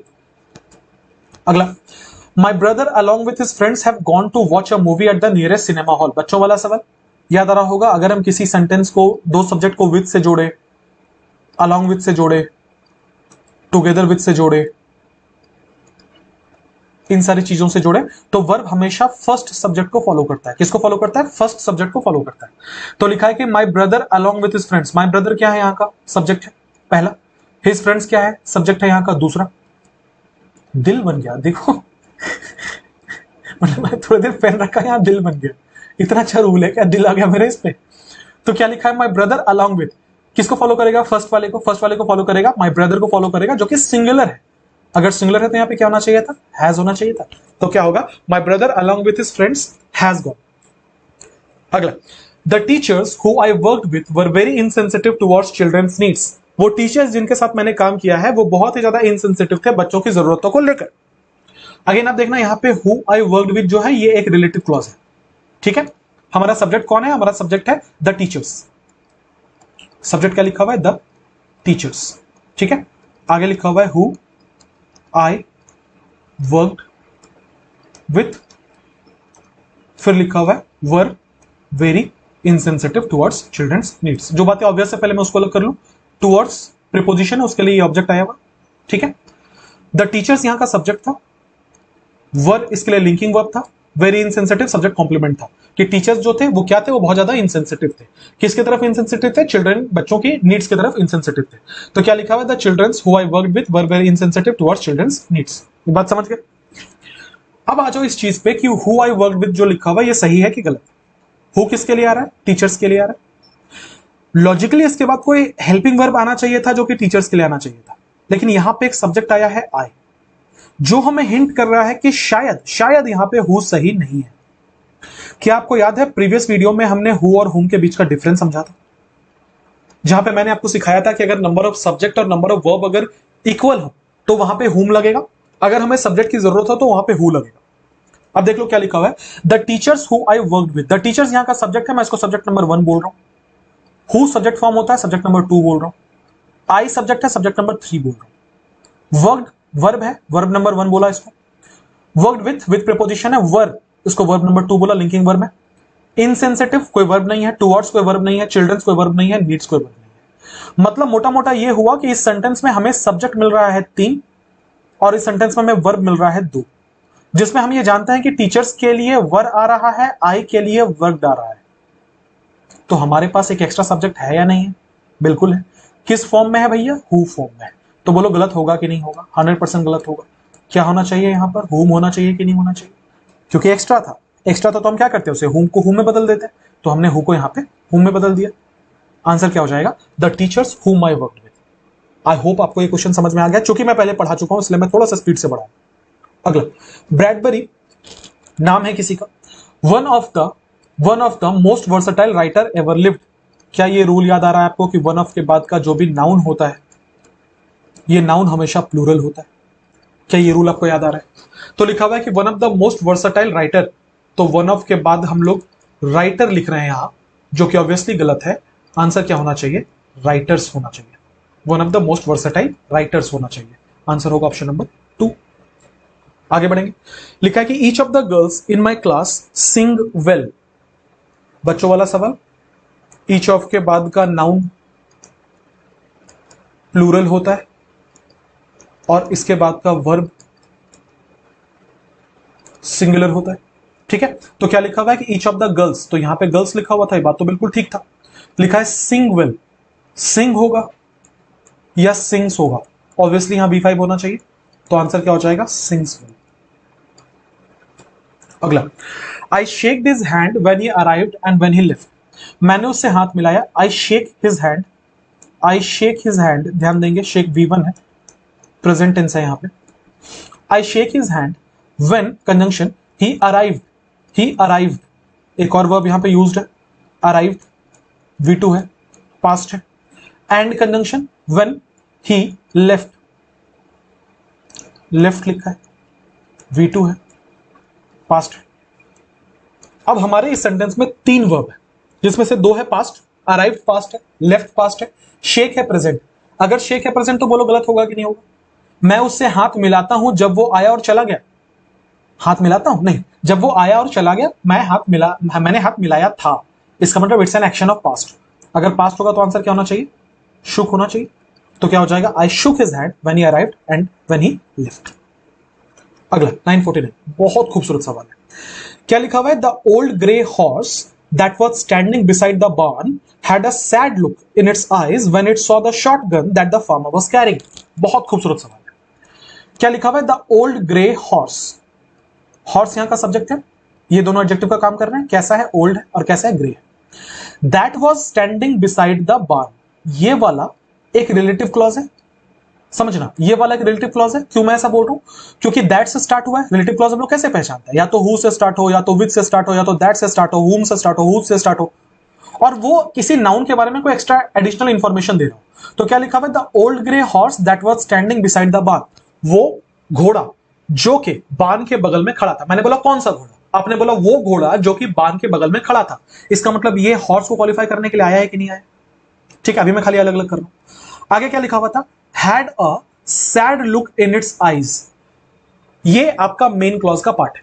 क्या कह रहा है? कि जो घोड़ा है, the old grey horse had a sad look in his eyes, sorry in its eyes. ठीक है, इन इट्स आईज, जो घोड़ा है उसके आंखों में बहुत ही सैड लुक था। आइए अब यहां तक पहले एरर ढूंढ लेते हैं। ओल्ड ग्रे हॉर्स में कोई एरर नहीं है, ठीक है। दैट किसके लिए आ रहा है? हॉर्स के लिए आ रहा है, कोई एरर नहीं है। वॉज किसके लिए आ रहा है? दैट के लिए आ रहा है, और दैट का एंटीसीडेंट हॉर्स है, तो ये सिंगुलर, तो ये सिंगुलर, कोई एरर नहीं है। वॉज के बाद स्टैंडिंग आ रहा है, कोई एरर नहीं है। बिसाइड एक प्रीपोजिशन है, उसके लिए ऑब्जेक्ट द बार्न आ रहा है, कोई एरर नहीं है। इसका मतलब यहां तक तो कोई एरर नहीं है, ठीक है। आगे देखेंगे, पास्ट में चल रहा था, the old grey horse subject था, उसके लिए हैड आ रहा था जो कि पास्ट था। आई हैव अ कार, ठीक है, मेरे पास क्या है मैं वो बताता हूं, तो हैड के साथ आ रहा है सैड लुक, लुक नाउन है, ठीक है। What I had what the horse had a sad look, तो लुक यहाँ का ऑब्जेक्ट था, सैड उसके लिए एडजेक्टिव था। इन इट्स आईज, इट्स का इस्तेमाल जानवरों के लिए किया जाता है, तो यहां तक कोई एरर नहीं। इसका मतलब सेंटेंस को हमने यहां से लेकर यहां तक देख लिया, यहां से लेकर यहां तक देख लिया, यहां तक हमें कोई एरर नहीं मिला है। लेकिन यहां पे एक मेन क्लॉज था और एक रिलेटिव क्लॉज था, आपको ये बात समझना बहुत जरूरी है, ठीक है। आगे बढ़ेंगे। व्हेन कंजंक्शन है, अब यहां से हमारा सब क्लॉज स्टार्ट हो रहा है। When it Shaw the shotgun, क्या लिखा हुआ है कि when it saw the shotgun, जब उसने एक बंदूक देखी, एक शॉटगन देखी, मतलब उस घोड़े को मारने वाला था उसका मालिक, ठीक है। तो इट क्या है? सब्जेक्ट है यहां का, किसके लिए आ रहा है? घोड़े के लिए आ रहा है। सॉ पास्ट है, V2 है। पास्ट क्यों है? क्योंकि यहां पे देखना पास्ट था, तो सेंटेंस तो पास्ट ही चल रहा था। उसने क्या देखा? शॉटगन देखा। It saw what? It saw the shotgun, ये सब्जेक्ट है, ये वर्ब है, ये उसका ऑब्जेक्ट है। यहां पे भी कोई एरर नहीं। आगे आ जाओ, लिखा है that the farmer was carrying, फिर से ये वाला एक रिलेटिव क्लॉज बनेगा कि नहीं बनेगा? अब मैं कह रहा हूं कि जब उसने एक शॉटगन देखा, कौन सा शॉटगन देखा? जो वो फार्मर कैरी कर रहा था, तो ये दैट एक रिलेटिव क्लॉज को शुरू कर रहा है। इसका एंटीसीडेंट कौन है? शॉटगन। मैं कह रहा हूं कौन सा शॉटगन? वो शॉटगन जो कि फार्मर कैरी कर रहा था, फार्मर सब्जेक्ट है वॉज हेल्पिंग वर्ब है, कैरिंग मेन वर्ब है। इसका मतलब ये वाला भी क्या था, रिलेटिव क्लॉज था। तो ये सेंटेंस कितना खूबसूरत है, देखो इस सेंटेंस में दो मेन क्लॉज है। मैं पहले मेन क्लॉज को अंडरलाइन कर रहा हूं। ये वाला मेन क्लॉज था, the old grey horse had a sad look in its eyes, ये एक मेन क्लॉज है। इसका रिलेटिव क्लॉज था that was standing beside the barn. फिर दूसरा मेन क्लॉज यहां से स्टार्ट है कि when it saw the shotgun, ये दूसरा मेन क्लॉज है। और इसके लिए रिलेटिव क्लॉज क्या लगा हुआ है, that the farmer was carrying. समझने के लिए, कॉन्सेप्ट समझने के लिए बहुत खूबसूरत सवाल है। Coming back to the question, कहीं को एरर मिला नहीं, हर जगह हर चीज ऑर्गेनाइज्ड है, तो आंसर क्या होगा, ऑप्शन नंबर 2, नो एरर। अब बताओ इतने लंबे सेंटेंस में अगर नो एरर हो तो बच्चा कैसे ही बनाएगा एग्जाम में। बढ़िया सवाल है, टफ सवाल, अच्छा सवाल, मजा आएगा बना के। आगे बढ़े। The young child singed a very sweet song for the audience. Singed भाई इंग्लिश में कोई वर्ड नहीं होता। इसका बेस फॉर्म क्या होता है, बेस फॉर्म होता है sing, V2 क्या होता है sang, और V3 क्या होता है sung. So this is V2, this is V3, this is V1. Answer क्या होना चाहिए था, V2, तो आंसर क्या होना चाहिए था, sang। क्या हो जाएगा, ऑप्शन नंबर 2 singed की जगह पे sang। क्लियर है। आई होप ये जो सवाल आज हमने किए हैं, ये पढ़कर आपको बाकी क्लासेस की तरह मजा आया है, कुछ नया मैं आपको सिखा पाया, कुछ जाने हुए कॉन्सेप्ट्स को और ठोस कर पाया। प्रैक्टिस करते रहिए। मुझे नहीं लगता कि अब एरर वाले पोर्शन में आपको कोई तकलीफ होगी। 950 सवाल हम कर चुके हैं। हर एक सवाल पे मैंने कोशिश की है कि जितने कॉन्सेप्ट्स हो सके मैं आपको सारे सिखाऊं, अपना 100% दूं, ताकि आप एग्जाम में अपना 100% दे सको। मजा आ रहा है तो वीडियो को बार बार रिवाइज करते रहना, इंपॉर्टेंट कॉन्सेप्ट्स नोट करते रहना, उनके रिवीजन से ही आपको एक्सीलेंस आएगा। ठीक है, मिलेंगे अगले वीडियो में। अपना बहुत बहुत ध्यान रखिए, पढ़ाई करते रहिए। Have a nice day everyone, thank you for being with me.